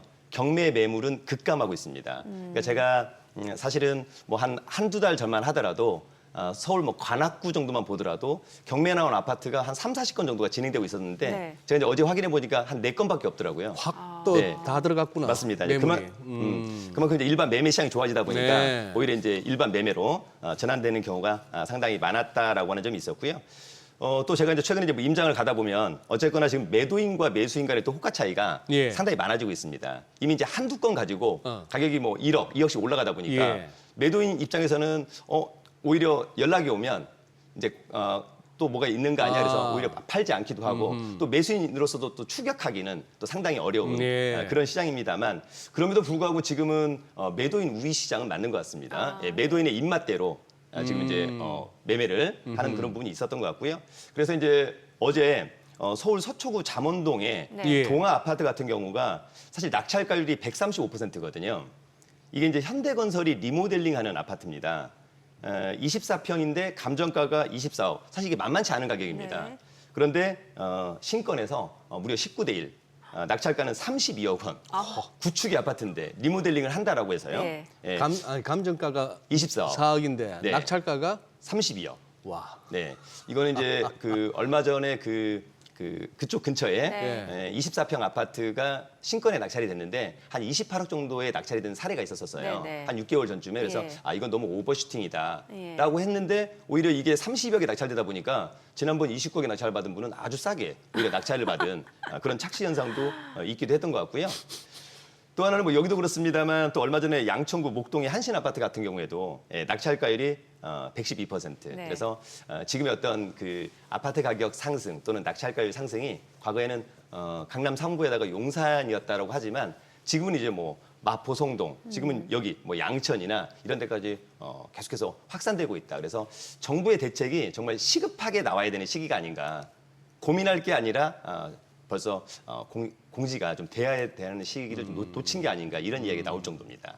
아 근데 교수님 지금 그거 갑자기 궁금해지네요. 아까 24억 나와 있는 그거 감정가를 32억에 샀다고요? 네. 그러면 낙찰받은 사람은 바로 현찰 박치기 32억 준비해야 됩니까? 이제 32억에 뭐 일부 대출이 가능할 수 있겠습니다만 네. 그러나 실제로는 거의 다 준비를 해야 될 것으로 보입니다. 바로 준비를 해야 네, 돼요. 한 45일 정도. 지금 이제 말씀하신 것처럼 예. 우리가 이제 그 낙찰을 받았으면 예. 그 낙찰자가 이제 어떻게 해야 될까 이런 부분을 한번 잠깐 좀 설명을 예, 드리면 예. 얼마 전에 저희 후배도 이제 송파구의 잠실동에 한 30억 1천만 원의 주상복합을 낙찰받았어요. 네. 그러면 본인이 낙찰받았으니까 내일 잔금을 다 내고 싶다. 그리고 나는 빨리 소유권을 취득하고 싶다. 이렇게 이제 질문한 수강생이 있었습니다. 후배 겸.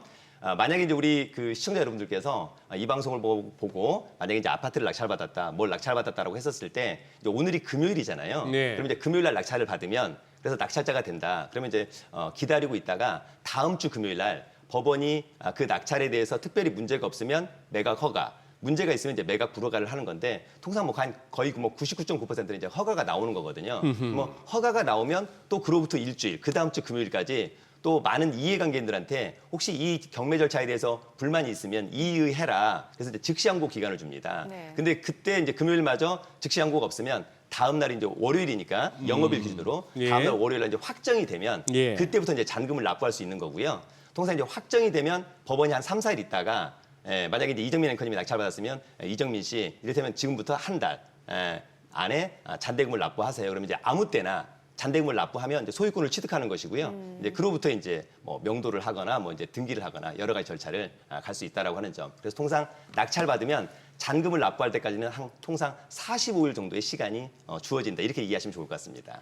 경매도 돈 없으면 못 하겠네요. 지금은 더더욱 그렇고요. 아마 앞으로는 대출에 대한 제한이 더 그렇죠. 많아질 것으로 보여서 정말 약간 돈이 돈을 버는 그런 구조가 될 수밖에 없지 않을까 그러네요. 그런 생각이 들기도 합니다. 네. 몇 번 들어보셨어요? 좀 전에 교수님 말씀하신 그런 멘트.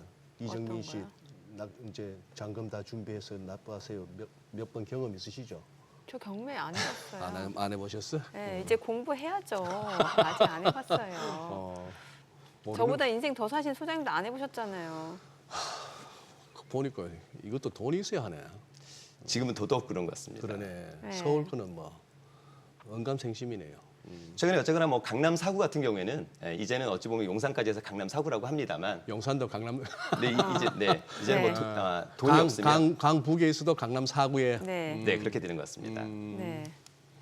아니 최근에 또 임장 다녀오셨다면서요? 네. 예, 어디 다녀오셨어요? 네, 일단 제가 이제 최근에 이제 다녀온 곳은 송도, 그다음에 이제 성동구하고 이제 얼마 전에 다산을 다녀왔는데요. 네.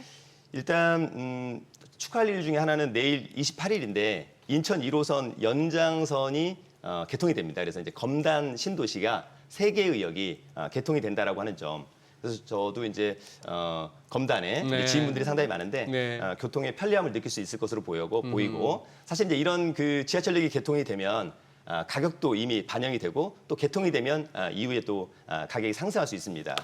제가 이제 먼저 지난주 수요일 날에는 송도를 좀 다녀왔는데요. 네. 송도요. 네, 맞습니다. 특히 이제 송도 809를 이번에는 한번 다녀왔습니다. 이제 우리가 기존에 이제 송도 하면 송현아, 테크노파크역의 송도 현대 프리미엄 아울렛의 핵심. 그래서- 송현아. 네, 맞습니다. 사람 송현아. 이름 같아요. 네, 맞습니다. 그래서 송현아, 그다음에 삼바, 셀트리온. 삼바? 삼성 바이오로직스가 이제 거기 또 있고 셀트리온이 네, 있고 네. 그다음에 이제 인천대 있고요. 그다음에 센트럴파크 예전에 네. 이제 그 대한민국 만세 송일국 씨의 이제 가족이 있는 동부 센트럴파크 이런 쪽이 이제 원래 핵심이었는데 이제 그쪽은 워낙 이제 많이 갔다 보니까 오히려 이제 이번에는 809 쪽으로 한번 가보자.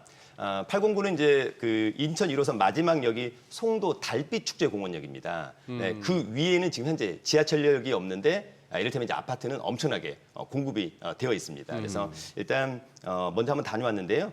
아쉬운 것은 아파트는 상당히 인기가 많은데 거기 가보면 전부 다 또 상가들은 다 공실입니다. 그래요? 너무 아쉬움. 그래서 제가 이제 오늘 물건을 가져올 때 상가나 이런 것들을 좀 가져오고 싶었습니다만 다 공실이어가지고 사실 코멘트하기가 그러네요. 상당히 불편한데 어떤 분은 이를테면 이제 분양을 한 10억 받았는데 지금 3, 4억에 내놔도 팔리지 않을 정도로 상가가요? 네, 상가가 그래서 상당히 불편하다 이런 이야기를 좀 하고 있는 분들도 상당히 많았던 것 같고요. 제가 이제 첫 번째 다녀온 물건은 인천 연수구 송도동의 이편한 송도입니다. 이 아파트는 이제 전용이 한 21평, 이제 공급 면적 29평짜리인데 여기 이제 39층 중에 7층입니다. 2018년산이고요. 이게 이제 2,708세대 아주 대단지고 제가 직접 가보니까 조경도 아주 좋습니다. 이 아파트는 감정가가 5억 4,900. 그러니까 이 정도면 이제 우리가 좀 아파트를 좀 매수해 볼 수 있겠다. 이 정도 가격인데 이번에는 이제 한 번 유찰돼서 최저 매각 가격이 3억 8,430만 원입니다. 최근 매매 사례는 5억 4,900이 5억 5천 정도 있고요. 호가는 지금 한 6억 정도 있고 이번 정부에 이제 부동산 시장이 좋아진다고 한다면 가격이 앞으로 올라갈 것 같다 이런 이야기를 하고 있는 건데 지금 이제 이 지역의 약간의 아쉬운 점은 뭐냐면 일단 공급이 상당히 많습니다. 예. 앞으로도 상당히 많아질 것으로 보이고요. 다만 이제 송도를 저 혼자만 다녀온 게 아니고 이제 크루가 한번 다녀왔는데 네. 제가 이제 송도에 대해서 이제 간단한 코멘트를 한 번만 해달라라고 했는데 많은 분들이 어떤 이야기를 하고 있냐면 송도는 상당히 매력적인 도시인 건 맞다. 그러나 송도는 너무 멀다. 사실 멀다. 왜냐하면 이번에 이제 송도 가신 분들이 뭐 일산에서도 오셨고 천호에서도 오셨고 송파에서도 왔고 저도 이제 마곡 쪽에서 갔는데 네. 지하철역으로 거의 1시간 30분에서 2시간 걸립니다. 지하철역으로. 네, 그래서 GTX B 개통이 정말 절실하다 이런 생각이 들었고요. 다만 이제 이 아파트 같은 경우에는 지금 바로 근처가 인천 바다가 좀 보이고 있는 거거든요. 네. 저 이제 오른쪽은 이제 마리나베이 이제 아파트가 될 것으로 보이는데 어쨌거나 지금 이건 아파트는 또 선순위 임차인이 있어서 마치 이제 문제가 있을 것처럼 보이지만 요 선순위 임차인의 보증금을 허그가 인수해서 우리가 이번에 배당만 받고 혹시 못 받은 금액이 있으면 우리가 포기할게 이런 확약서를 또 제출해가지고 그냥 가격을 편안하게 써서 입찰을 받으면 되는 그런 아파트입니다. 저쪽은 어떻습니까? 북한강 쪽에 그 남양주나 다산 이런 쪽은요. 다산도 상당히 좋습니다. 좋아요? 네. 그 좀 살아난다네요. 다산은 일단 기본적으로 이제 8호선 다산역이 예, 개통이 예, 됐잖아요. 예. 그래서 다산은 지금 현재 아파트 가격이 약간 좀 우상향 또 약간 그래요? 급증하려고 하는 그런 양상을 또 보이고 있습니다. 자, 그 두 번째는 또 제가 송도를 하나만 좀 더 네, 말씀을 네, 드리면 네. 우리 이제 송도하면 인천대 입구역이 메인이거든요. 그래서 기본적으로 이제 GTX B 노선 개통 또 그다음에 롯데몰, 이랜드몰이 개통이 될 예정인데 이 아파트는 그 GTX B 역이 생기는 인천대 입구역에서 도보로 한 8분 거리의 아파트입니다. 송도동의 송도 더샵 퍼스트 월드라고 하는 아파트고요. 전용이 38평인데 공부 면적이 48평형. 2009년산이고 약도 1000세대. 감정가는 10억 원인데 이번에 한번 유찰돼서 최저가는 7억 원 정도. 지금 이제 저 화면에 보시면 왼쪽이 센트럴파크고 오른쪽이 해돋이 공원입니다. 그래서 역세권도 좋고 녹지 비율도 상당히 좋다.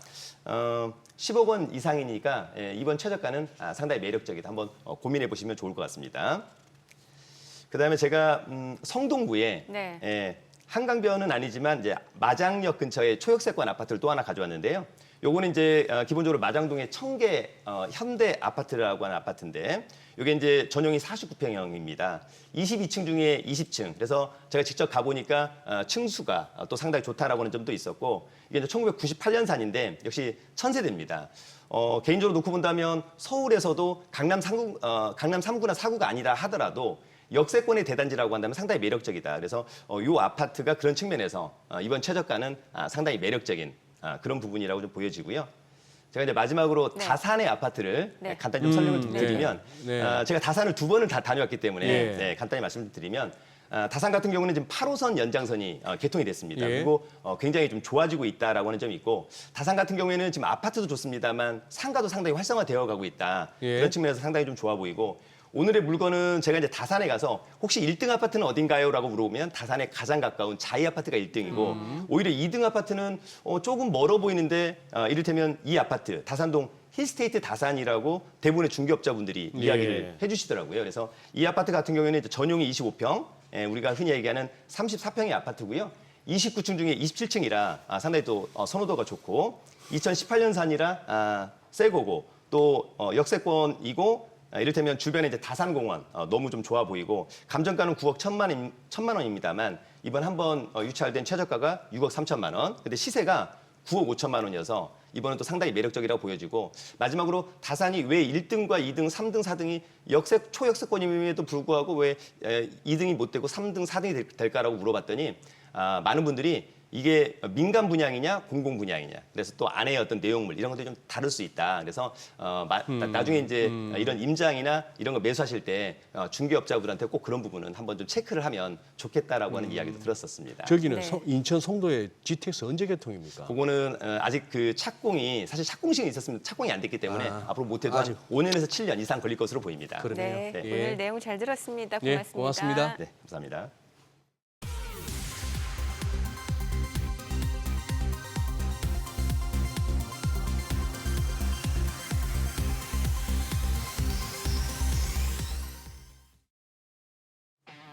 오늘도 일단 시장은 좀 쉬어가는 분위기고 외국인 그래도 선물에서는 매수를 하나요. 예, 그냥 보합 수준에서 네. 왔다 갔다 하고 있네요. 저희 방송 중에 전해드린 내용과 관련해서 모든 투자 판단의 책임은 투자자분들께 있다는 점 알려드립니다. 네, 세상의 모든 돈 드는 정보 머니쇼 오늘은 여기서 인사드리겠습니다. 여러분의 모든 경제 SBS 비지가 함께하겠습니다. 저희는 다음 주 월요일 오전 8시에 찾아뵙겠습니다. 고맙습니다.